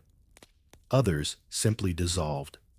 Names, changed lives, reinvented under fresh identities, out west or in distant ports. You follow Lincoln's ghost down the steps of the theater, through puddles glinting under lamplight. The city around you is hushed, but never asleep. Some secrets, after all, need a restless place to hide. A wagon rattles past, carrying whispers into the cold spring dawn.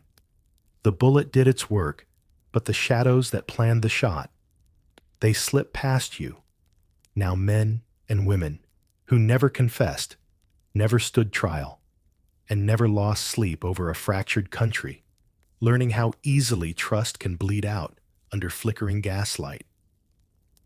Tonight, the echo of that gunshot fades in your mind like the last notes of a mournful violin.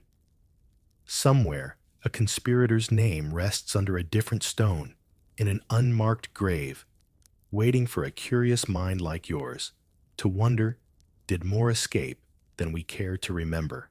A soft fog rolls through London's gaslit alleys, carrying with it the stale tang of newsprint and the coppery trace of dread that never really left these crooked streets.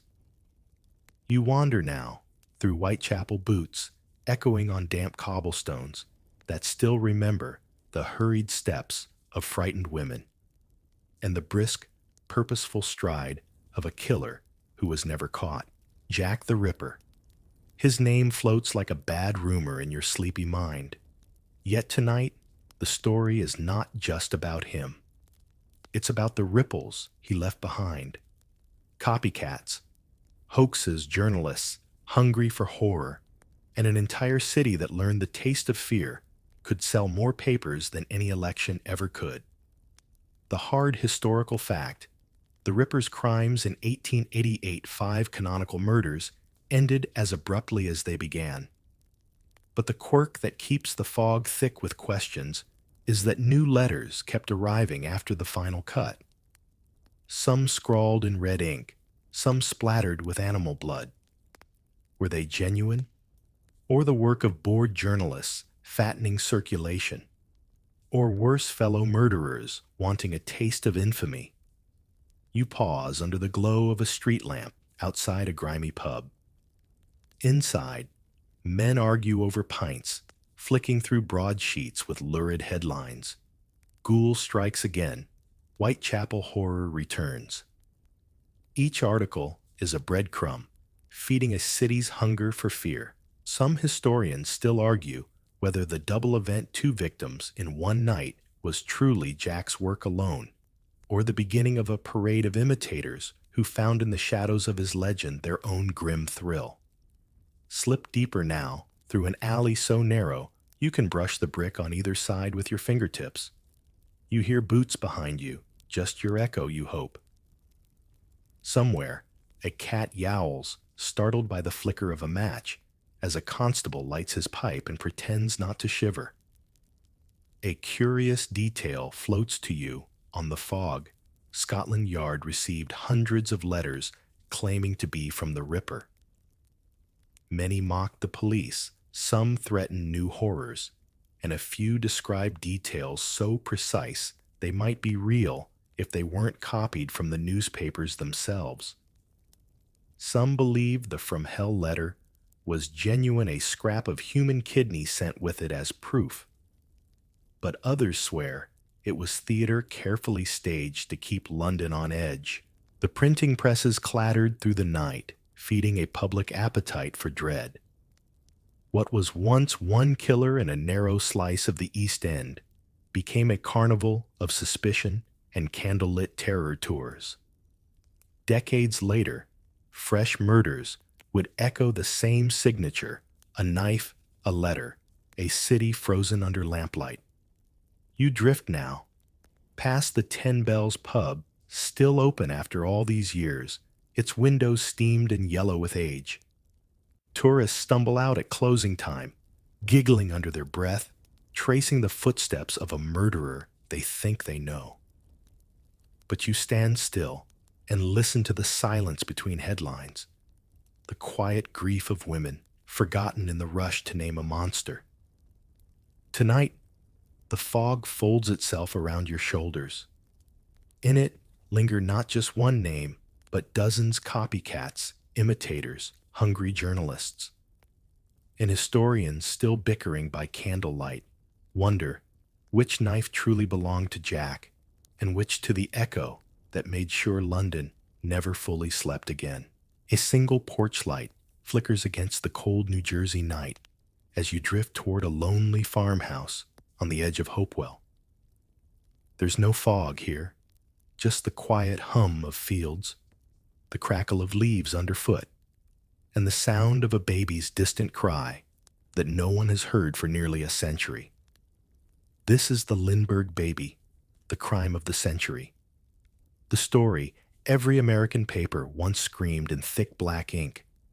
Charles Lindbergh, aviator hero, the lone eagle, rose higher than any man before him, only to be dragged down by a ladder propped against his nursery window one cold March night in 1932. One historical fact cuts through the theories his son vanished. A ransom note curled on a windowsill. Weeks later, the tiny body was found half buried in the woods nearby. Bruno Hauptmann, a carpenter with a questionable past, was tried, convicted, and executed for the crime. The nation felt justice had been done. Yet here you stand tonight on that creaking porch, feeling the air thick with questions that refuse to stay buried. A curious detail people forget: the ladder. Awkwardly built, oddly sized, some argue too clumsy for a lone man to carry, and prop up silently under the child's window. Bits of the wood match planks from Hauptmann's attic. But was that enough? In the decades since files have whispered of more footprints in the soil, extra ransom notes that turned up suspiciously convenient, and suspects who slipped quietly away into the fog of history. You step inside the nursery now, tiny toys still scattered across a wooden floor that once knew the patter of baby feet. Lindbergh, ever the stoic hero, ordered parts of the investigation himself, pushing local police aside. Some historians still argue whether he helped hindered or perhaps misled in a desperate bid to control a tale that had already slipped beyond his fame. The ransom was paid mostly in marked gold certificates that surfaced slowly, drifting from gas stations to banks, each new bill a trail that circled back to Hauptmann like a noose. But did he act alone? Or did he take the fall for a ring of extortionists who melted into the night, their faces never sketched in the courtroom? You peer out the window now. The fields stretch empty and soft under a sliver of moon. Somewhere out there, the ladder once leaned against the clapboard wall, rough wood against painted white. A neighbor's dog barked that night, but no one came. A car's tire tracks faded in the morning rain. The farmhouse fell silent, except for the reporters camped on the lawn, their flashbulbs and cigarettes burning the same story into every front page: American innocence lost with a whimper behind a locked nursery door. Tonight, you stand at that door. Your fingers rest on the latch, wondering if ghosts cling to the window frame. Maybe they don't. Maybe the only ghost here is a question too heavy for bedtime. How many secrets slip through our hands, so small and fragile, we barely know? We're holding them until they're gone. A single unmarked envelope slides under a dusty office door somewhere in wartime London. A slip of paper, a name that doesn't belong, and then nothing but static on a wireless set, lost in the hum of the Blitz. Tonight, you drift through the war's hidden corridors, places without uniforms or medals, where disappearances slip through the cracks like ink through a cheap fountain pen. Spy versus spy, double versus triple. In the world of World War II, espionage, silence was the loudest gun, and missing names were as common as ration cards. One steady historical fact: both the Allies and the Axis ran vast webs of spies' cutouts and turncoats. Some went missing in plain sight, captured, shot, or quietly traded away. But others simply stepped off the map. The SOE, the OSS, the Abwehr each held files marked, presumed dead, with no grave to find. You pass your fingers over one of those folders, now paper dry and brittle, with secrets that outlived everyone who typed them. A curious detail for you to pocket in the dark: when agents parachuted into occupied France or Poland, they carried cyanide pills stitched into their shirt cuffs. Some used them, some didn't. Some never landed at all. Locals whispered about parachutes caught in trees, broken radios buried in shallow ditches, coded messages that reached no one because the voice behind them vanished between one safe house and the next. Historians still argue whether certain operations were betrayed by double agents or lost to bad luck in foggy forests. One name stands out tonight: Juan Pujol Garcia, codenamed Garbo, who fooled the Nazis into believing D-Day would land somewhere it didn't. Garbo survived the war and vanished so well that British intelligence listed him dead for years, only for journalists to find him decades later running a bookshop in Venezuela, smiling shyly behind the counter. But Garbo was a lucky ghost. Many others never resurfaced. You stand now on a rickety platform at a train station in Eastern Europe. A woman in a felt hat stands a few feet away clutching a battered suitcase. Inside, forged papers, invisible ink, a radio crystal wrapped in cloth. She glances at you, then at the train steaming in under blackout curtains. You never see her board. You never see her again. Somewhere, a briefcase rattles under a coat. In Cairo, a coded phrase drifts across a pub in Lisbon, and a safe house door never opens when the knock comes at midnight. Quiet deaths, hushed files, the dull click of a typewriter as a name is struck through once, twice, then forgotten. Tonight, you tuck yourself deeper under the blankets, listening to the soft static of a shortwave radio in your mind. The signal fades, in and out a ghost of Morse code, tapping a message that never quite reaches its home. Not all who vanish are lost, but some are meant to be. A street lamp flickers in the pale dawn glow of 1950s Berlin, its light catching on a briefcase left carelessly at a tram stop. Or maybe it was Moscow, or Washington, or a quiet cabin deep in the woods of rural Canada. The Cold War had 1,000 front doors, and behind each one, a secret that never learned how to die. Slip closer now into this hush of Cold War cover-ups, deaths, so quiet they left behind only questions pressed like dried flowers inside declassified files. You stand by a park bench where a diplomat's hat still sits damp with morning dew, long after he failed to return from his evening walk. Somewhere across the ocean, a name is struck from a ledger. A family receives a polite letter, tragic accident, nothing more. One historical fact pulses under this fog. Both sides in the Cold War ran deep networks of defectors, handlers, and double agents. Some were caught and traded back, like chess pieces, pale, tense men blinking under harsh tarmac lights in Berlin, their breath ghosting as they crossed that tense no-man's land at Checkpoint Charlie. Others simply fell from high-rise hotel windows, from ships at sea, from memory itself. Here's a curious detail.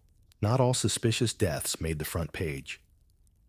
In 1975, Frank Olson, a CIA scientist, supposedly jumped from a hotel window in New York after unwittingly ingesting LSD during a covert mind control experiment, Project MKUltra, the dark corner of America's Cold War paranoia. Decades later, his family exhumed his body and found injuries that didn't match a simple fall. Historians still argue whether Olson jumped was pushed or was silenced by men who couldn't afford his confessions. You stand now at the edge of a frozen lake in Finland. A man skates alone under the pale winter sun. He was once a Soviet code clerk with pockets full of microfilm proof of spies in high places. His skates leave faint lines on the ice until at the far shore they stop. His body never surfaces when the ice melts. The files name him, then erase him.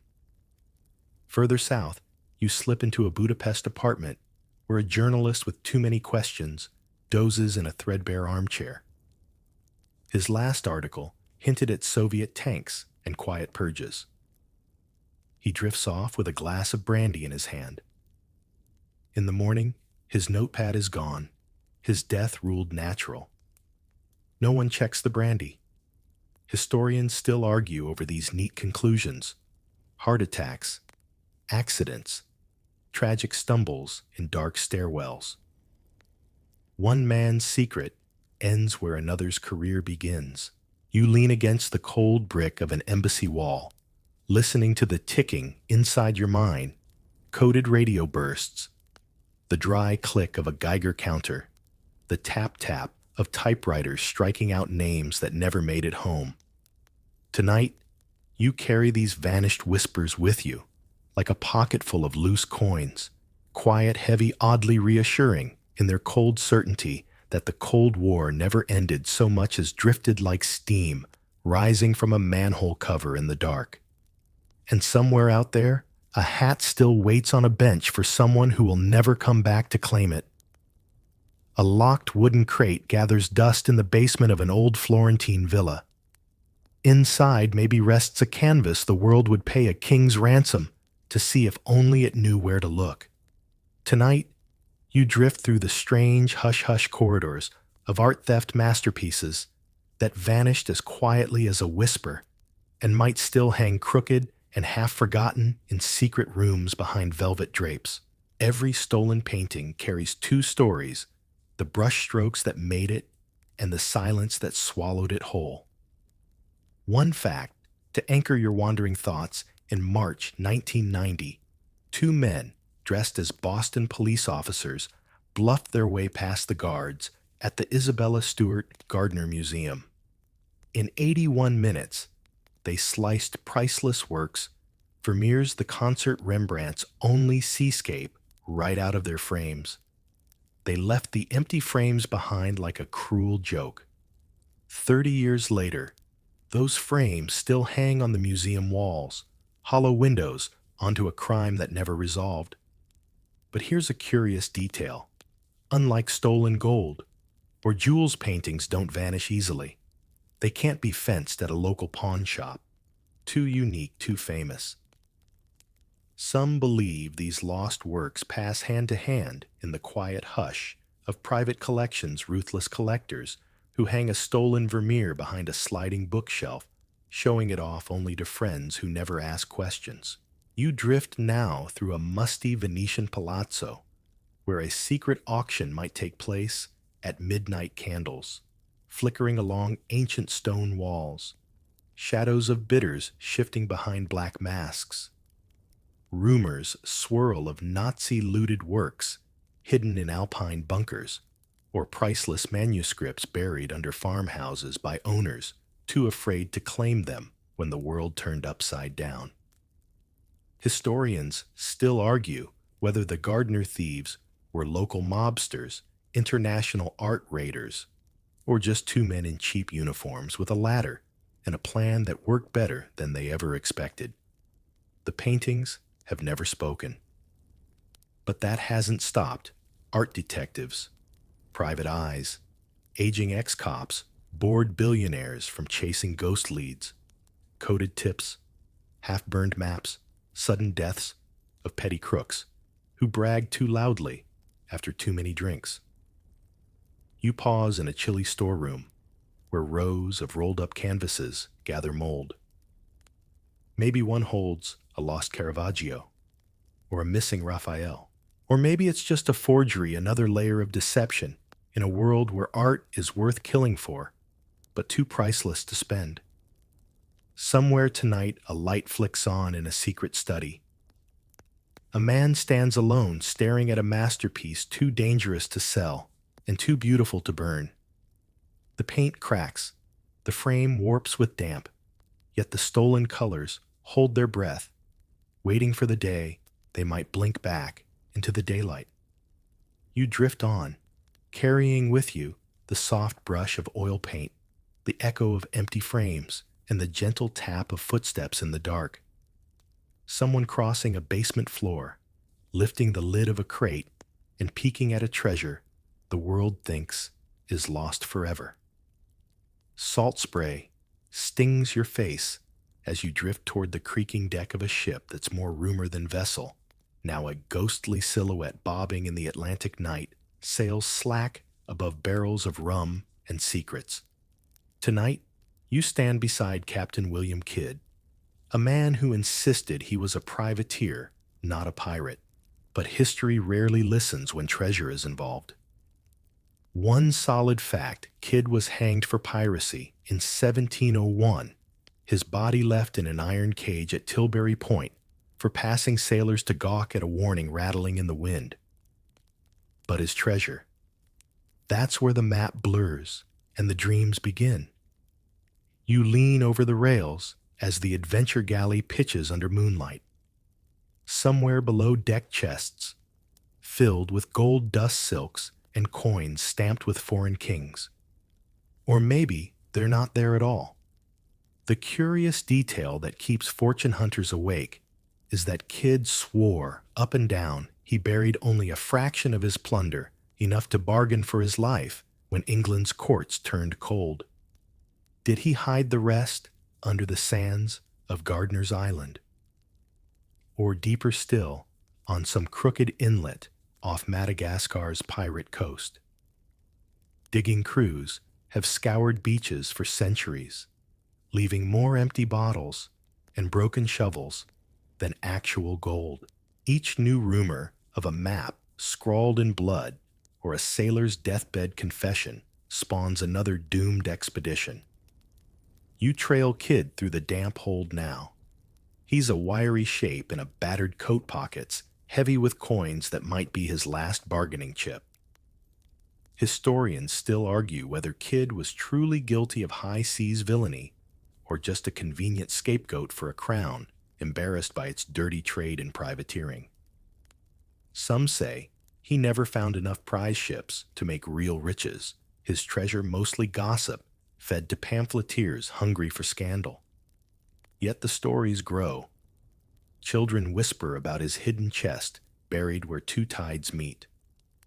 Divers suit up to explore shipwrecks that might be his or someone else's entirely. A few even swear Kidd's gold is cursed a trick to lure greedy fools to drown in black water by moonlight. You drift onto a beach, now soft sand cool beneath your bare feet. Lantern light flickers among the dunes as men in ragged coats argue over a scrap of parchment that smells of salt and old rum. They dig through the night, turning up only oyster shells and stones that grin like teeth in the moonlight. The chest remains stubbornly invisible, maybe never there to begin with.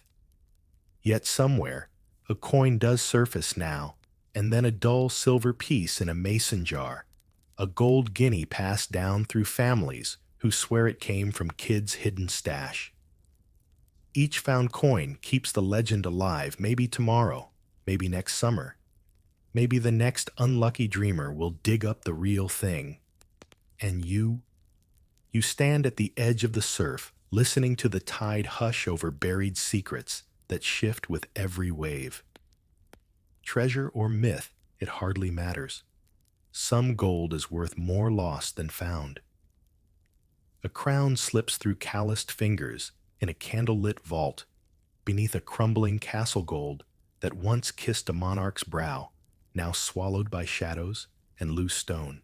Tonight, you drift into the cold heart of Europe's vanished regalia, crowns and jewels so weighted with history they warp every tale spun around them.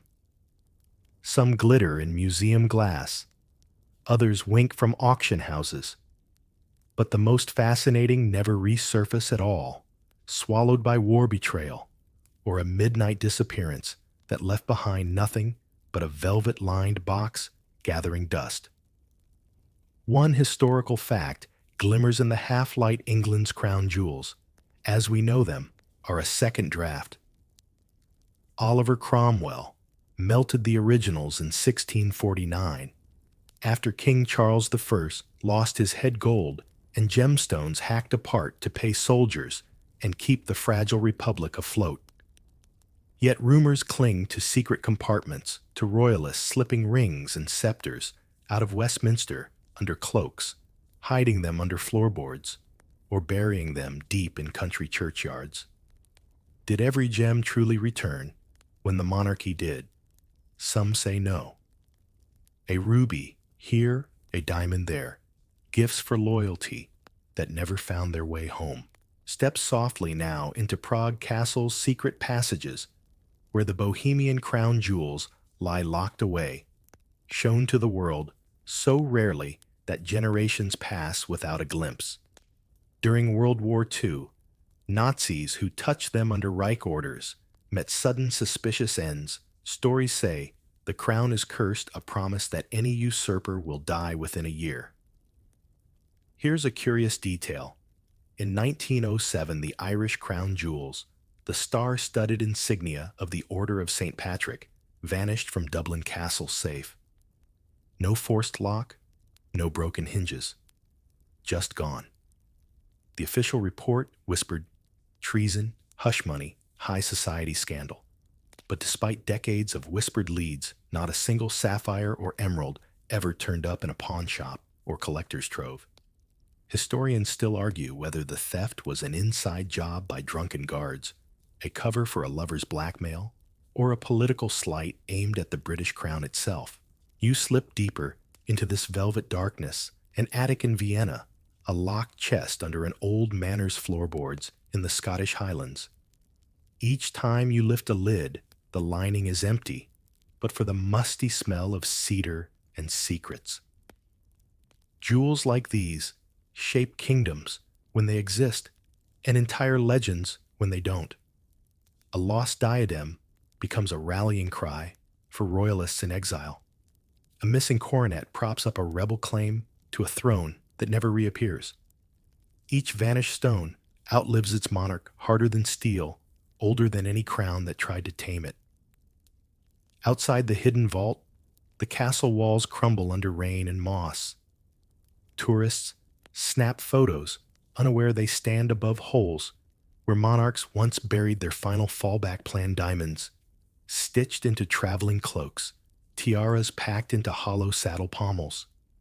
Tonight, you rest your palm on a crown that never was feeling its weight, only in your mind. Somewhere a farmer digs a garden and strikes something cold and glittering in the dirt. Maybe it's just a bottle cap. Maybe it's the last breath of an empire waiting for someone brave or foolish enough to claim it. A question curls in the hush before sleep. Why do we keep chasing shadows we know will never answer back? You drift now through this final chamber of forgotten crimes, a soft corridor lined not with stone, but with your own sleepy curiosity.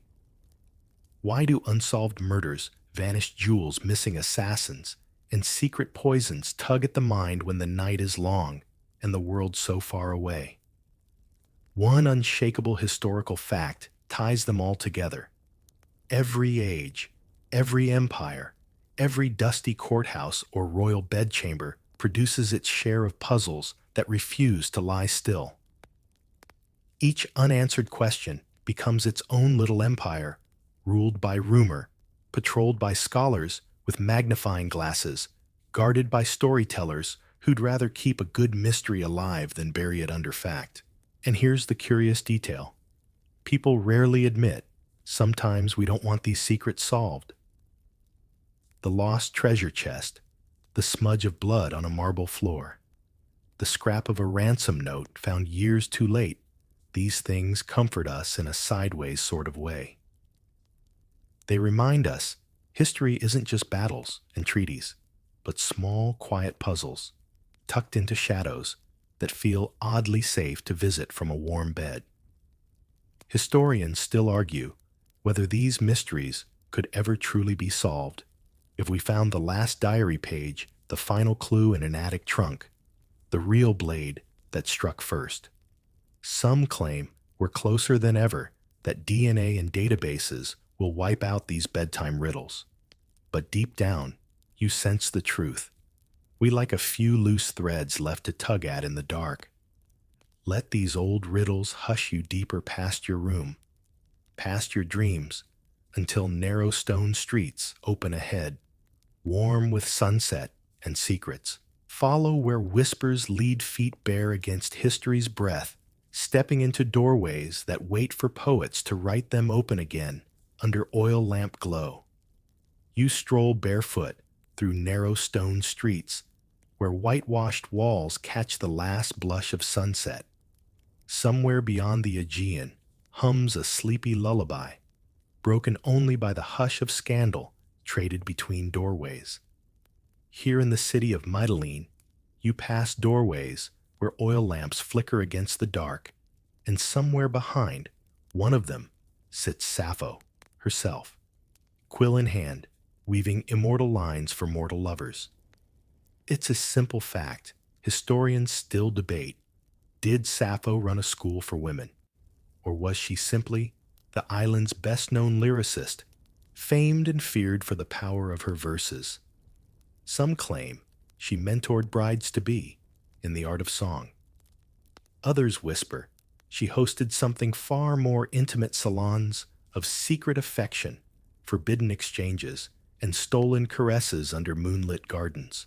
A tiny piece of broken amphora, unearthed in a tangle of wild thyme, once bore an inscription so cryptic that scholars still gather in conference halls to argue over whether it was a lover's plea or an insult from a rival poet. Imagine that a centuries-old love note so sharp it cuts through time. Tonight you lean close to the cool plaster of a courtyard wall and listen. A distant laugh, a rustle of linen robes, the faint scratch of a reed pen across parchment. These are the only clues left. Did Sappho love a courtesan who slipped away to marry a wealthy merchant? Was her muse a fellow poet or a noblewoman pledged to another? Maybe she loved many, and each verse was a coded confession.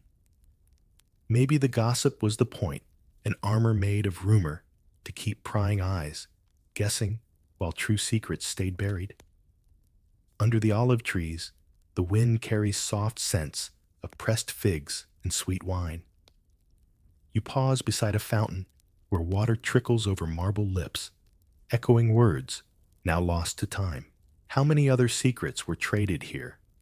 How many love poems dissolved in the air before ink could catch them? Some late-night scholars claim Sappho's verses were intentionally ambiguous love letters folded within riddles. Others argue her work was censored by prudish scribes, lines snipped away like loose threads that threatened the fabric of respectable society. Whatever the truth, it leaves you wandering these streets, half dreaming. Did her lovers weep when she left? Did she slip them, tiny tokens, lockets, verses dried, laurel leaves, pressed in wax? You duck through a stone arch into a courtyard garden. Moths hover around flickering lamps. Somewhere nearby, a lyre strums a half-forgotten tune. You picture her Sappho in a simple peplow's voice low as she whispers a verse against the temple columns, hoping the marble remembers what the world tried to forget. Tonight this is your island too, a place where secrets sleep under terracotta tiles, and a poet's sigh can drift across centuries to brush your ear. Stay here a while longer. Let the cicadas murmur their lullaby. Tomorrow's world can wait. A new breeze finds you beneath an ancient fig tree, its broad leaves trembling under a starlit hush. Somewhere, a temple bell sighs through the night air, as if reminding you that every story slips into another, like Cleopatra slipping into a legend she never agreed to. They say the Queen of the Nile ended her reign with an asp's kiss, a coiled tragedy wrapped in silk and poison. But as you drift deeper into the marble corridors of Alexandria's palace, you wonder, was it really a snake that wrote her final line, or a whisper that grew too loud to silence? Imagine you're standing by the doorway of Cleopatra's private chamber. Faded murals flicker in torchlight scenes of gods who devoured time queens who outwitted kings. You hear the hush of linen robes as a servant bows low, carrying a platter of figs. Hidden within, so the story goes, is an asp curled like a final secret. A bite, a sigh, and the world loses its last pharaoh.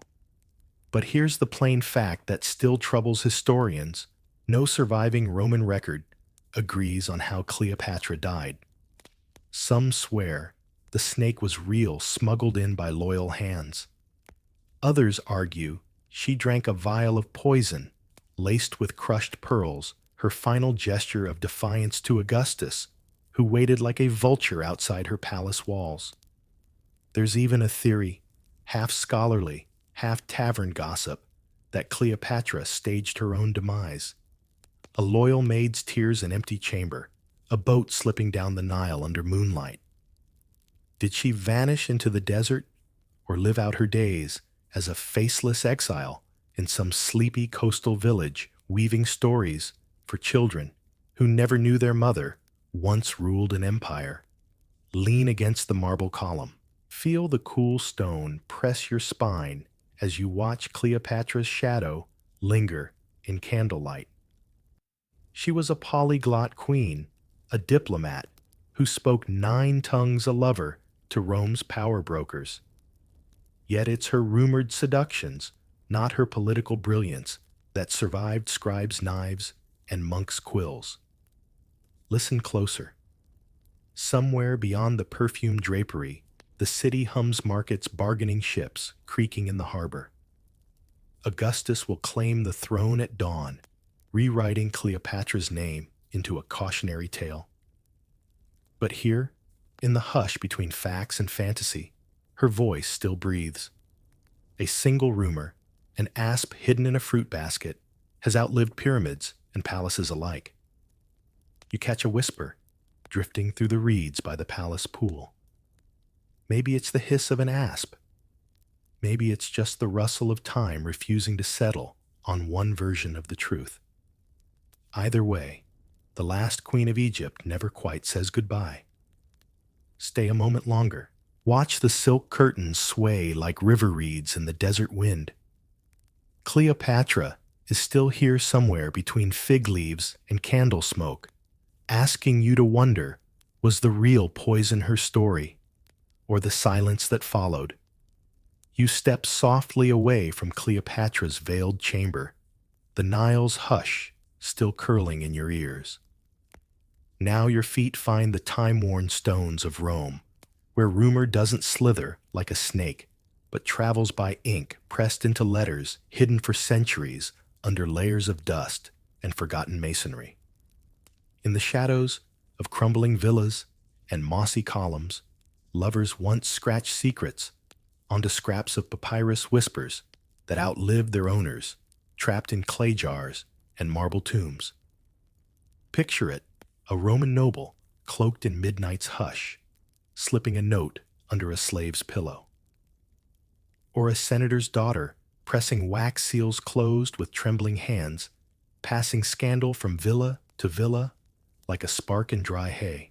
One cold fact historians cling to: countless letters, some no bigger than your palm, have been uncovered from Roman ruins, tucked inside crumbling walls or buried under volcanic ash.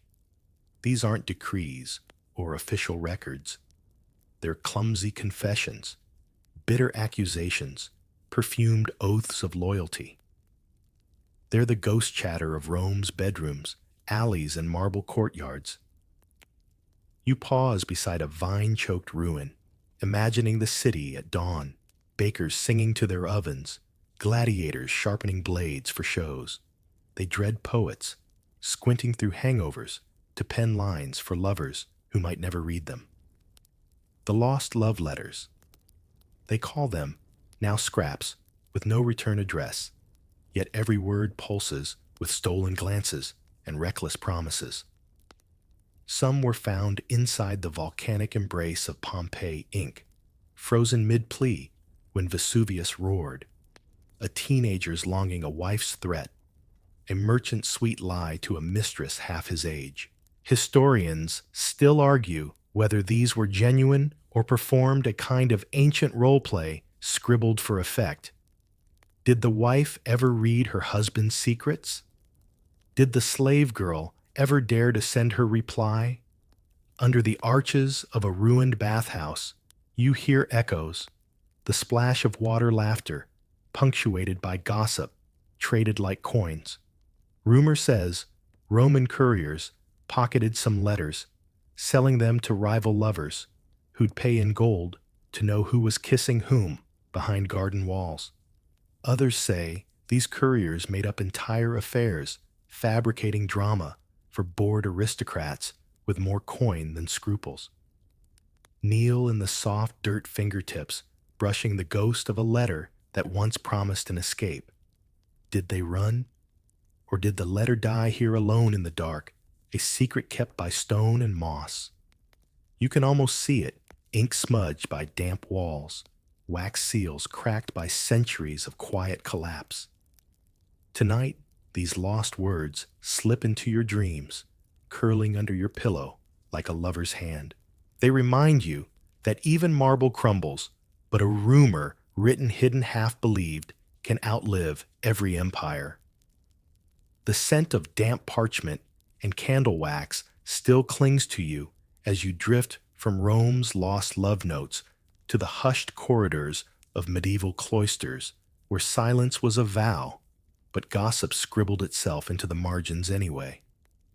Picture a monastery at midnight. Stone walls breathe the chill of centuries. Flickering rushlights cast shy halos on rough wooden desks. Here, monks bend over parchment quills, scratching prayers, histories, and sometimes secrets they'd never dare speak aloud. Beneath lines, praising saints and kings, you find tiny scribbles, a sigh of scandal, inked between psalms. Historians who pore over these illuminated manuscripts find more than holy words. In the margins, they discover foxes dancing with nuns monks, with wide, scandalized eyes, and notes hinting at forbidden glances traded in cloistered gardens. Was it mischief or confession? A wink to future readers? Or desperate clues left by monks wrestling vows they couldn't always keep? One clear fact remains across Europe: scribes often doodled, jotted side remarks, or hid rude jokes next to pious verses. Some scholars claim these marginalia were private rebellions, proof that monks, for all their solemnity, carried human urges beneath woolen habits. Others argue the scandal is our modern wishful thinking, projecting fantasies onto innocent doodles of rabbits wielding swords. You slip through an echoing corridor, bare feet on cold flagstones. The chapel hums with faint Gregorian chants, but behind the choir stalls, you swear you hear a whispered giggle, like parchment rustling secrets into the rafters. Maybe a brother slipped a love note under a novice's bed. Maybe a lay sister found a letter in the herb garden, hidden between sage and rosemary. Soft moonlight spills through stained glass, catching the glimmer of an ink bottle tipped over black droplets, staining holy words. Did the abbot know? Did he look the other way? Some believe entire books were censored to hide monastic affairs, pages torn out, illuminations scrubbed raw, leaving only odd blank spots that whisper of stories lost to dust. Kneel by an ancient lectern. Trace a fingertip along a faded margin, where a tiny monk figure chases a fox into a tangle of vines, his face turned back as if winking at you across 7 centuries. Somewhere behind stone walls and iron gates, these cloistered rumors live on hidden in the scribbles. Monks never confessed aloud, but somehow wanted remembered. Outside the monastery's heavy door, dawn creeps across frost-tipped fields. Secrets, it seems, slip through the smallest cracks, inked by steady hands that knew silence could never keep every vow. So tonight, settle deeper under your blanket. Listen for the hush of quills scratching where they shouldn't, scribbling tiny scandals into the quiet folds of holy history. Slip out of the stone cloister, its hidden scribbles still clinging to your thoughts like candle smoke in hair. Now the hush drifts forward a century or two across the damp fields and gossip-laced courts of Tudor England, where a single virgin could wield an entire kingdom's worth of rumors. Elizabeth I, they called her the Virgin Queen Gloriana, crowned in pearls, and myths all coiled tightly around a body no one was supposed to touch. But if you lean close to the tapestries and tilt your ear to the fireplace, whispers, you'll find rumors embroidered more stubbornly than any royal crest. Fact, Elizabeth never married. Historians agree on that. But was it virtue or politics? Some argue she clung to the crown like armor, her unmarried state, a clever defense against rival claimants. Others whisper she simply loved too much. Robert Dudley's name hovers at the edge of every candlelit rumor, flickering in secret letters, suspicious glances, and hurried dismissals from her court. You wander the velvet-lined halls of Hampton Court at midnight. Their ghostly footsteps echo behind you. Some swear they belong to the Queen herself, still pacing out her tangled choices. Her portraits glare down eyes sharp as hawks, yet forever softening around Dudley's memory. Did he slip through her guarded door? Did they share secrets over chessboards and goblets of spiced wine? The gossip quills never stopped scratching, even when the court poets dressed up every rumor as flattery. Some letters hint she may have carried a child, lost young hidden behind heavy tapestries and buried beneath the hush of loyal servants. Or maybe that's only wishful thinking by centuries of storytellers desperate to plant scandal in her cold marble legacy. You pause by a frost-laced window. Below, the Thames breathes mist against the stone quay. Elizabeth's spies would have stood here too, scribbling reports on who lingered too long outside her chamber door. They say she read every note herself, nothing escaped her. If she nurtured a secret lover, she nurtured the gossip better, feeding it just enough ambiguity to keep her power sharp. Historians still squabble over diaries, decoded ciphers, and odd lines hidden in ambassador dispatches. Was it all a myth built to protect her reign? Or did her enemies, foreign princes, bitter Catholics, jealous courtiers, sow the rumors to weaken her, hoping scandal would topple the throne she kept so fiercely alone? Tonight the Virgin Queen sits awake in the hush between fact and folklore. She watches you, through time, one finger pressed to her lips, daring you to guess what the crown really concealed beneath those layers of lace and iron will. So rest your head against the cold pane. The river keeps its secrets, and so does she. For some queens, a rumor is the sharpest armor of all. You drift from Tudor court to candlelit chambers in frosted palaces farther east, where rumor wears a fur-lined cloak and a crown perched on powdered hair. Catherine, the great empress of Russia, patron of philosophers, and the woman who spawned 100 salacious tales that refused to die long after her coronation robes turned to dust. Step inside the Winter Palace. Chandeliers flicker above parquet floors, where courtiers once danced on the edge of scandal. Catherine's reign reformed armies and schools, but what survived in taverns and village whispers? Not treaties or taxes, just the warm-blooded myths that she was too hungry for power, too hungry for lovers, too hungry for secrets no woman was meant to keep. The fact all historians agree on: Catherine took lovers. She made no secret of it. Handsome guardsmen, clever counts, favorites elevated from obscurity to palaces of their own. But it's the outlandish gossip that clings stubbornly to her name, a rumor so vile it still provokes uneasy laughter in lecture halls, a story that she died crushed by a horse she'd supposedly loved too well. Nonsense, scholars insist. She suffered a stroke in bed, like any mortal ruler, undone by time. Yet that myth gallops through centuries, fed by enemies and prudes who needed a monstrous punchline for a woman who ruled men like chess pieces.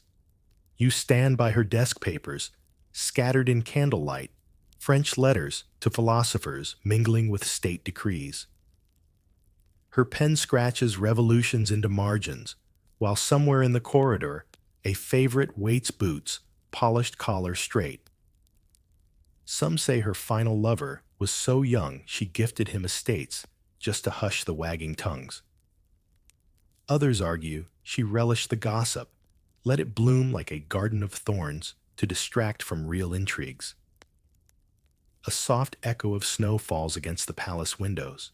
You imagine the empress, wrapped in silk and fox fur, laughing at the absurdity of her legend. Historians still argue whether she truly loved any of them, or if each affair was simply a chess move, each rumor a well-placed decoy to keep spies busy while she rewrote Russia's laws behind closed doors. You trail your fingers along the gilt frame of her portrait. The Empress stares back, powdered hair, piled high eyes that know exactly what's said behind heavy velvet curtains and exactly why it's never fully believed. Step back from the frosty glass. Let the candle gutter. Outside, St. Petersburg's icy streets carry your footsteps to quieter rooms. But Catherine's laughter follows proof that sometimes the wildest gossip is the kind no fact can fully bury. Sleep comes softer now, with powdered wigs and whispered scandal swirling in your dreams. After all isn't rumor, the oldest crown a ruler can wear.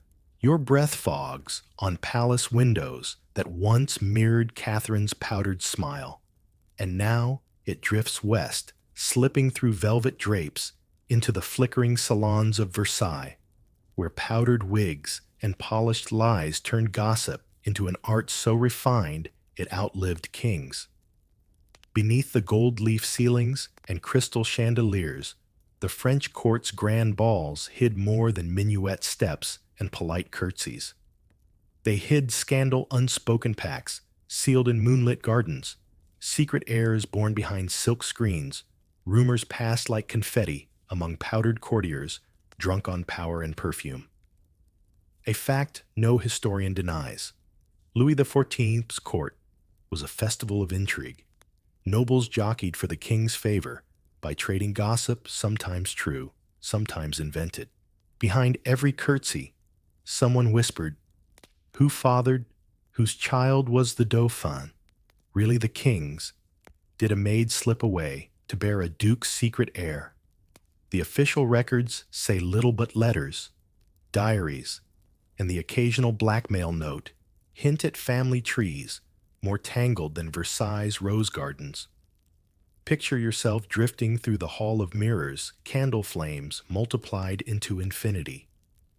You pause at an alcove where lace cuffs brush against velvet sleeves. A lady in waiting tilts her fan just so concealing a kiss or maybe a threat. Somewhere behind heavy drapes, a nobleman's bastard child sleeps in a cradle no herald ever listed. One rumor still teased at dinner tables for decades that Marie Antoinette herself bore a daughter fathered not by Louis XVI, but by Count Axel von Fersen, a Swedish noble, whose name appears in coded letters and half-burnt correspondences. Some say the letters were forged, others claim they were real enough to fuel revolutions. Historians still argue, did Marie's scandal topple a crown, or did the rumor grow because her head rolled so conveniently? The secret children of Versailles rarely found places in royal lineages, but sometimes they surfaced. Courtiers would appear from nowhere, too polished for peasants, too quietly placed for legitimate blood. Scandal stitched into brocade sleeves and whispered from powder rooms to hunting lodges. Some secret fathers claimed their sons only on deathbeds, leaving fortunes to unsuspecting heirs whose mothers never wore a crown. You lean against a gilt pillar, eyes half closing, as a soft melody drifts from a harpsichord somewhere down the gallery. A noblewoman's laugh echoes off marble. Did she carry a secret? A lover's promise tucked beneath her stays? Or is it just the ghosts of Versailles reminding you that in a palace built on protocol, rumor was the only thing that could slip through locked doors? Tonight the mirrors hold your reflection too, another curious soul drifting through halls where secrets were currency and gossip a crown more precious than gold. Let the candles flicker lower. Let the whispers fade into the silk-draped dark. Even now, A name might still be waiting in an unopened letter, somewhere unclaimed, unread, but never quite forgotten. Slip through a secret door at Versailles, and you'll find yourself drifting east again, trading powdered wigs for feathered masks, the gilded hush of the French court for the midnight laughter of Venice. Here scandal hides behind painted silk and carnival feathers, where whispers drift through candlelit canals like gondolas slipping under bridges no daylight truth dares to cross. In Venice, rumor didn't just flourish, it danced. Carnival season was the perfect mask for masked affairs. Noblemen disguised as paupers, servants disguised as dukes, lovers disguised as strangers, meeting in candlelit corners where the city's labyrinth of alleys offered both sanctuary and betrayal. One solid fact historians love to repeat during Venice's endless masquerade secrets were currency. Everyone knew someone who wore the wrong mask at the wrong door. And yet every year, they came back hiding behind velvet and lace to play at freedom anonymity, a more potent aphrodisiac than any perfume. Imagine you're drifting down a narrow canal now. Lanterns bob on black water, reflecting masked faces peering down from stone balconies. Somewhere, a harpsichord spills a melody that slips through shuttered windows. In a grand palazzo, a masked woman laughs behind her fan, her lover's gloved hand on her waist, a secret promise brushed into the folds of her silk gown. Historians still argue whether Venice's greatest scandal was the city's moral decay or its ingenious ability to keep secrets hidden behind festival masks. Letters surface here and there, love notes slipped into hollow statues, anonymous threats pinned to church doors, invitations to forbidden liaisons sealed with wax and thrown into canals once the party ended. One rumor still clings like river mist. Casanova, Venice's infamous seducer, didn't just romance widows and nuns. He stole state secrets between kisses, traded pillow talk for political power. Some say his memoirs inflated every conquest. Others claim he left out the juiciest bits on purpose. Truth or embellishment, the city itself was complicit, a living maze of rumor and revelry. Picture standing in a narrow call at dawn. The last masqueraders stumbling home, masks in pockets, secrets pressed to lips. The confetti melts into puddles of wine and rain. By morning, the same people will pray under frescoed ceilings as if last night's kisses never happened. Another secret buried beneath marble bridges and the hush of lapping water. A gondola drifts by its prow, a sly grin under a carnival moon. Did the masked lovers meet again? Or did they vanish into separate lives? Rumor their only testament, masks their final confession. Some stories slip into church records as quiet bribes, others drift forever, like carnival feathers on the lagoon's black water. Tonight close your eyes as the bells of San Marco whisper through misty streets. Let your thoughts slip beneath the masks too. After all, Venice knows how to keep a secret long after the party's done. Venetian whispers fade into dawn's fog as your mind drifts east to an empire behind heavy lattice screens and silk curtains where gossip didn't wear a mask but moved through marble corridors on silent slippers and soft veils. The Ottoman harem, a world imagined as pleasure's playground, but ruled by rumor sharper than any jeweled dagger. Slip barefoot down polished corridors where mosaic tiles cool your steps. You're not alone. Shadows flicker behind carved wooden screens. Eunuchs drift by like ghosts, and every whisper might echo to the Sultan himself. A simple fact etched into court records, the harem was no mere den of idle luxury. It was a political forge. Mothers, wives, and concubines weaving alliances that shaped an empire one rumor at a time. Imagine the Sultan's mother, the Valid Sultan, seated on cushions, weaving invisible threads, tighter than any scribe's ink. She controlled who shared his bed, who bore royal sons, who vanished behind locked doors when ambitions turned inconvenient. Eunuchs themselves, rumored to be both powerless and all-powerful, carried secrets from chamber to chamber, keepers of keys and keys to secrets. Some scraps of gossip survived centuries, tales of poisoned sherbets slipped into rival cups, hidden staircases connecting forbidden rooms, or silk letters tucked beneath embroidered pillows. Historians still debate if half of it is true. Did the concubine Mahidevran really arrange a rival's downfall with a single whisper?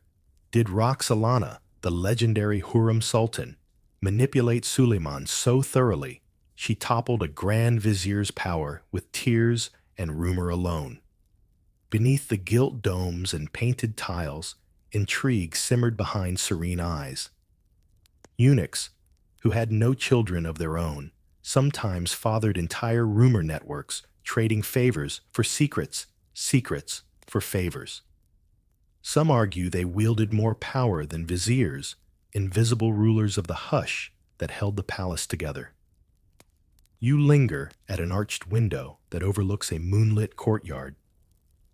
The air tastes of rosewater and cool marble.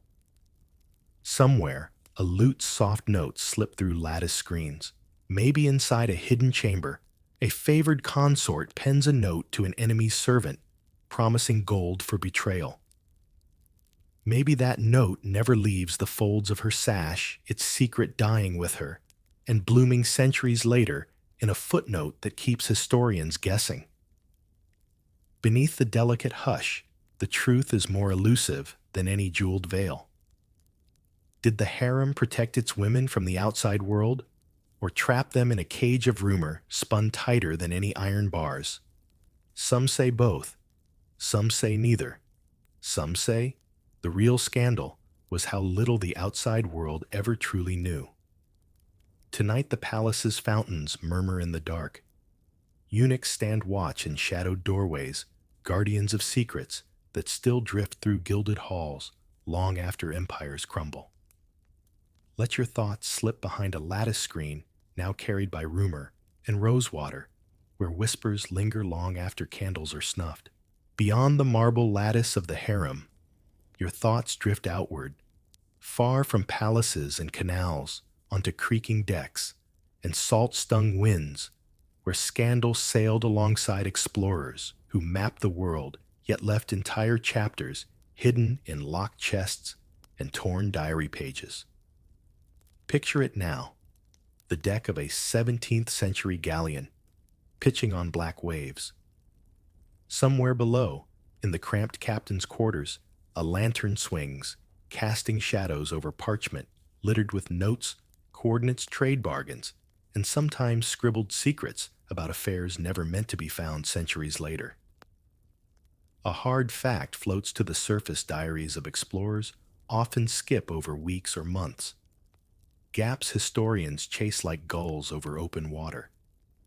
Why some pages rotted away. Some were censored by family or crown.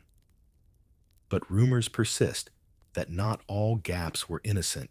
Many explorers carried companions whose names never graced official logs. A local translator who became a lover. A cabin boy who was more than a servant.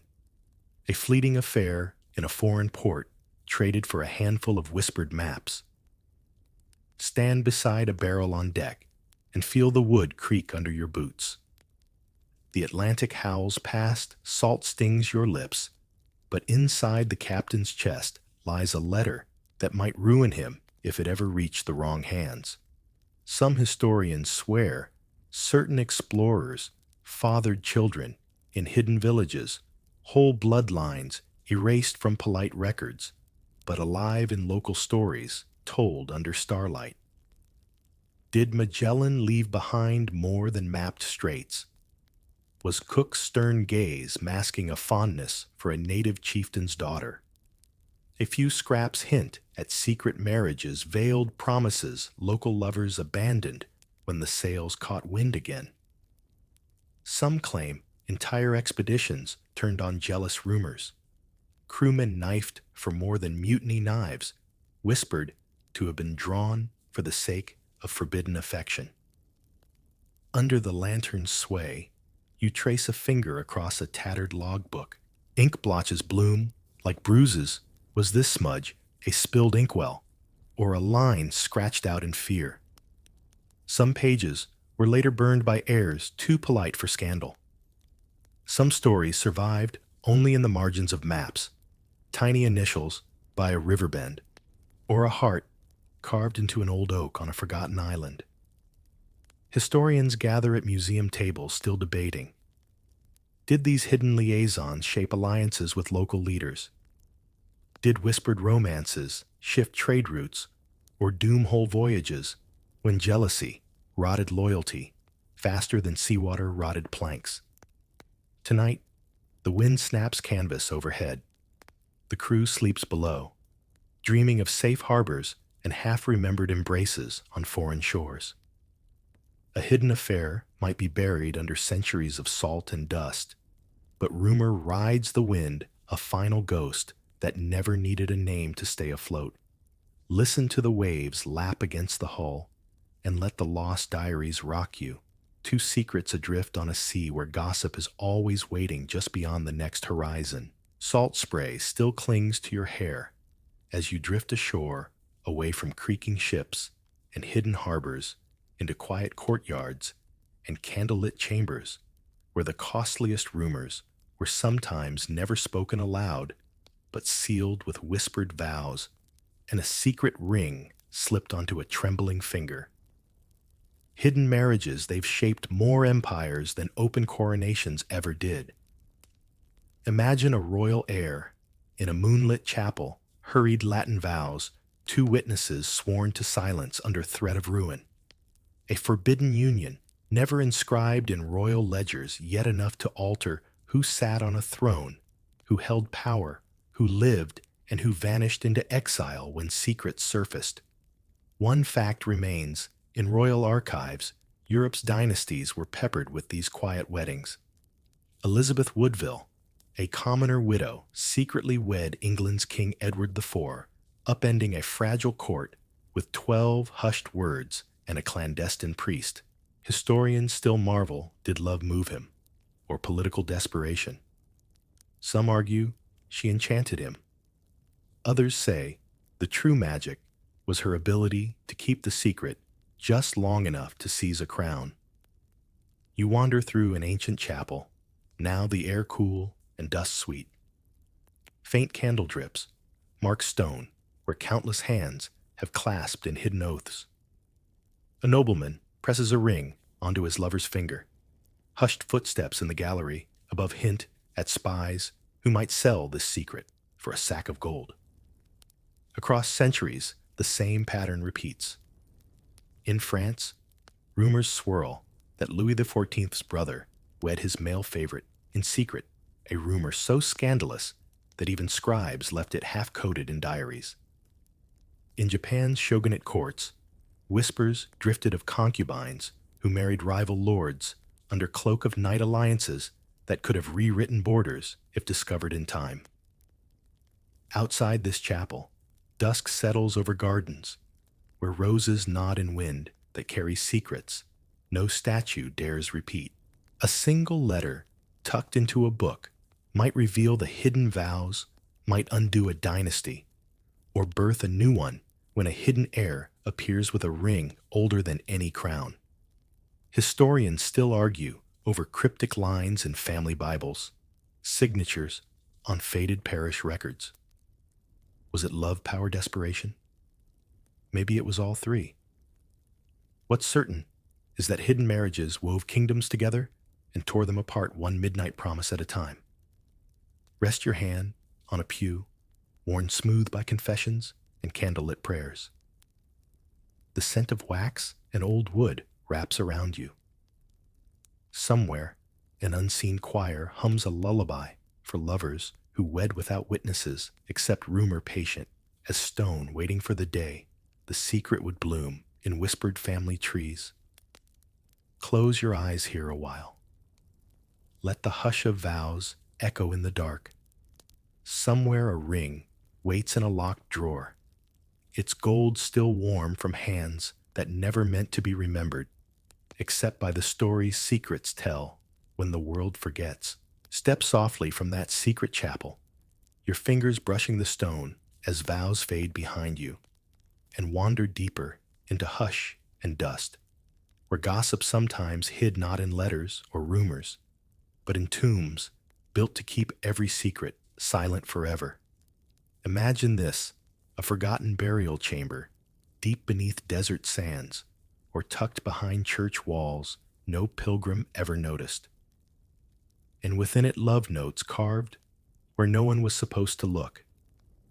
Messages to the living and the dead, confessions, folded into the cold, dark waiting centuries, for a flickering lantern and a curious archaeologist's brush. A simple, solid fact across cultures, tombs often held more than bones and jewels.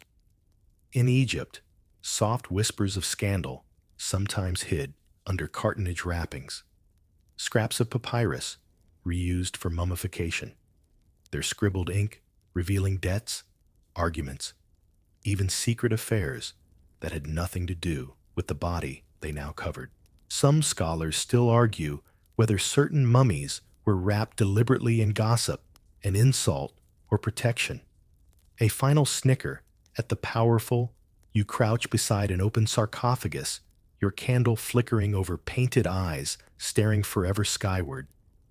A faint inscription runs along a limestone edge. It's not a prayer. It's a name one not found in any genealogy scroll written beside a plea for forgiveness that no priest ever chanted. A secret lover, an illegitimate heir, a rival's final gloat. No one knows for certain. In Rome, tombs beneath villas sometimes bore scratched lines on hidden bricks, pleas to a dead mistress, confessions of debts, unpaid apologies for stolen kisses. Historians debate whether these were heartfelt confessions or jokes left by stonemasons who knew they alone would read them. Maybe both. After all, rumor loves an audience, even if it's only the dead. You slip deeper into the tomb's hush, past jars of dried offerings, the air heavy with centuries of silence. Somewhere, a gold pendant rests in the dust, its inscription worn soft by time, to my beloved whose name they must never know. Who wrote it? Who hid it here? Did the spouse ever find out, or did it lie buried, its scandal sealed in stone, until the day it saw moonlight again? One recent find in China revealed silk scraps inside a noblewoman's coffin. Tiny poems stitched between layers of burial clothes, lines so intimate, some scholars blush to translate them fully. Were they her own words, or a lover's last gift? Some say the family buried them out of shame. Others insist it was devotion proof that gossip clings even when flesh turns to dust. You pause your breath, feeling the tomb's hush settle over your shoulders like a velvet cloak. Even here, rumor finds ways to slip through cracks in stone, writing out centuries on scraps of silk and stray lines of ink. Let your thoughts curl around these secret epitaphs. Tonight, half-forgotten whispers that even death couldn't bury for good. Or the next time you stand under stars, think of the words still hidden where no one dares look, waiting for a curious hand and a hush too soft to write down. Slip from the tomb's cool embrace and breathe the night air again. Somewhere between stone crypts and flickering hearth fires, your thoughts drift to the curious voids where rumor once bloomed, but then simply vanished. Not every scandal lingers, like Cleopatra's asp or Catherine's fables. Some affairs fade so completely, they leave behind only ghostly footprints. In half-told tales, a servant's rumor silenced by a sudden dismissal, a noble secret lover erased from family trees by careful scribes with sharp quills and sharper loyalties. Fact remains history brims with affairs that once turned kingdoms inside out, yet left no full confession behind. Did Henry VIII's rumored illegitimate children truly vanish? Or did they slip into quiet country estates, their lineage politely ignored by courtiers paid to hush them? Some letters hint at bribes to wet nurses, hush money, hidden in trust accounts that disappeared alongside the gossip they kept quiet. Imagine leaning against a library wall, centuries later, dust motes swirl around stacks of scrolls and diaries where pages are missing, cut clean, or torn at the corner. Scholars argue, endlessly did these pages rot naturally? Or did someone's trembling hand ensure no scandal survived to scandalize another generation? You wander down an oak-paneled hallway in a country manor. Oil portraits staring back with painted eyes that seem too aware. Beneath their gilded frames, old drawers hold family Bibles with curious gaps, children born elsewhere, mothers listed as unknown fathers whose names never quite align with official wedding dates. A rumor once sparked in a hunting lodge, maybe, or in a lady's hidden chamber, and then was tucked away, buried under polite silence and neat genealogies. One persistent rumor clings to a certain European duke, known for lavish balls, and a suspiciously frequent guest, a lady who vanished from all letters once the Duchess found out. No grave, no scandal trial, just a sudden absence, and whispers that died when heirs appeared, with hair just a little too dark, a nose too sharp for the official line. Historians still chase these ghost affairs like hounds on a cold trail. Was the lover sent away, married off to a distant cousin? Did she write secret letters in a convent praying her name would stay hidden forever? Or was she folded back into the shadows by families who understood that a rumor left to fade was safer than a truth dragged into daylight? Beneath the hush, you realize something simple. The absence itself is the last rumor. A blank page where a scandal once roared like firelight in a tavern. A missing name more potent than any confession. Tonight you lean against that library door, listening for a heartbeat that might never have been, yet somehow echoes down centuries, just enough to make you wonder. Close your eyes.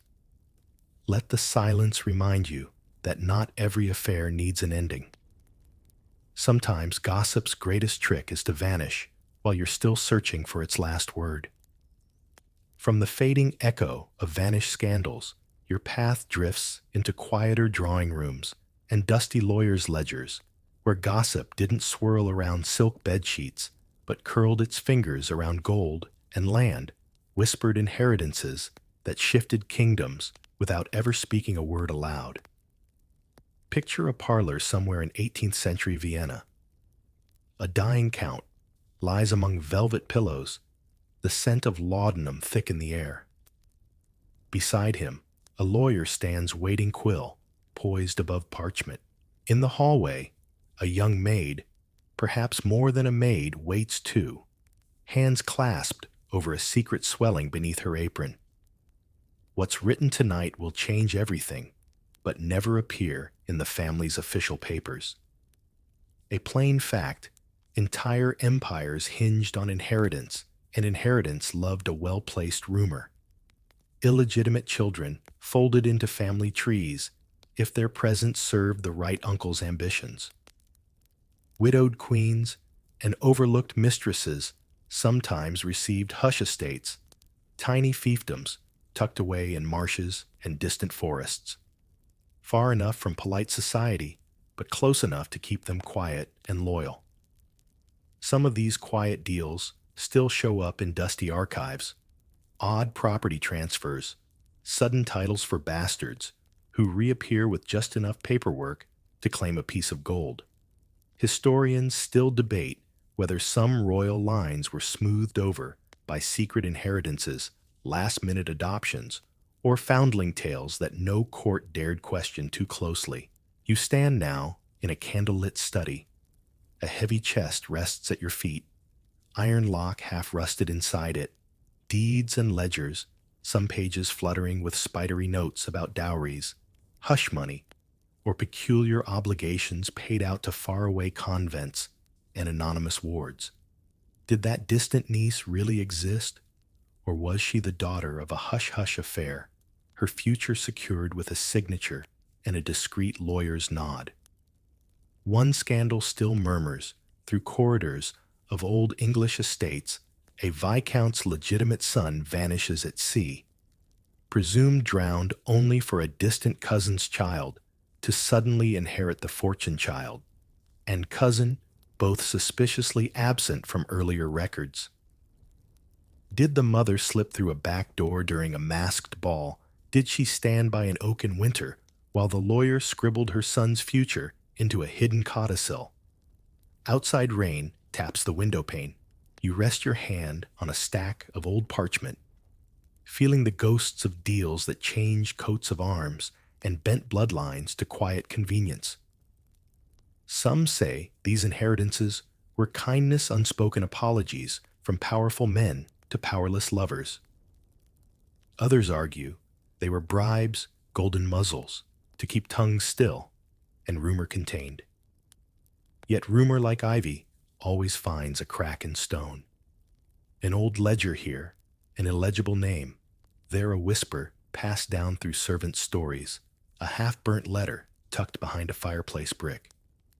Enough to make you wonder who really owned what, and how many crowns were built, not just by conquest, but by candlelit confessions and coins slid under midnight doors. Tonight, let that soft scratching of quill and key echo in your thoughts. Sometimes, a scandal isn't inked in diaries or carved in tombs. It's hidden in the rustle of paper, the cold weight of a gold ring, passed into a shaking hand just before the lawyer folds the will away for safekeeping. Sleep now, where inheritance and gossip wrap themselves around each other, tighter than any iron lock. And now, wander with me to the final hush in this gallery of half-told tales where rumor lingers, not because it's true or false, but because there's something comforting about a secret no one can ever quite nail down. Why does old gossip stick to our minds like candle wax on velvet sleeves? Maybe it's because certainty is so much heavier than mystery. Maybe a secret half-guessed is softer to hold in the dark, like a lullaby hummed by someone you're not sure you trust, but you want to listen to anyway.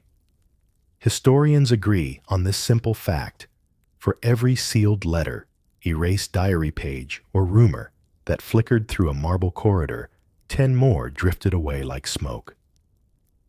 They survive only in hints, a nickname scrawled in a courtier's memoir, a line in a ledger that doesn't add up, an heir whose birth date whispers too close to scandal for polite conversation. You find yourself in a dusty attic now above a manor house that has outlived its builders. Cracked beams overhead, a trunk half open, spilling faded silk and yellowed pages. Some scraps carry enough words to spark a theory, a confession, an innocent note you'll never know for sure. And that's the beauty of it. In the corners of the world, a stone in a monastery wall might hide a name carved by a lonely monk who never spoke his heart aloud. A Roman ruin might shelter one more letter waiting under a layer of ash. Some family Bible might yet drop a pressed flower, revealing a name that reweaves a dynasty. And somewhere far from archivists' gloves and footnotes, an old story keeps whispering to itself, "Don't forget me entirely, but don't ever solve me either." Scholars still bicker at conferences. Did Sappho really love her muse, or just write her into existence? Was Cleopatra's asp real, or planted by a bored Roman scribe? Did the Venetian mask slip the Ottoman harem yield its truth? the lost diaries ever really lose their pages?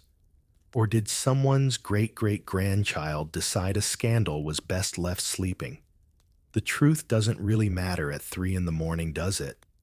What matters is this soft comfort we share, this endless guessing game across centuries. We lean close to ancient doorways, to scraps of parchment, to half-burnt letters, just to feel the warm thrill of secrets that never quite settle into fact. So tonight, pull your blanket closer. Let your thoughts drift through candlelit chambers and shadowed palaces where rumor hums like a lullaby no historian can silence. The thrill is not in knowing, it's in wondering, in the hush between what was written and what was hidden, in the gentle reminder that even when empires crumble, a good rumor curls up by the fire and stays awake with you a little longer. So here you are, resting in the hush left behind by ancient gossip secrets that crossed oceans and stone walls only to settle softly beside you tonight. Let your breath slow with the thought that somewhere, someone long gone, once whispered these same names under starlight, wondering if their secrets would ever see the sun. Feel your eyelids grow heavy as rumor folds itself into dreams, scribbled in margins, tucked behind veils, drifting under moonlit windows, where marble floors still remember soft footsteps. Let your pulse match the calm hush of history's unsolved puzzles, where each secret is a small, warm promise that you don't need every answer to feel at peace. If your mind drifts back to Cleopatra's Asp Sappho's verses, or a hidden letter in a Roman ruin, let it drift. These stories are gentle echoes that keep you company when the world is quiet and the night hums low. And if you'd like to wake again to secrets like these, whispers stitched through parchment and shadow, then you're always welcome to come back here. Drift easy, rest deep,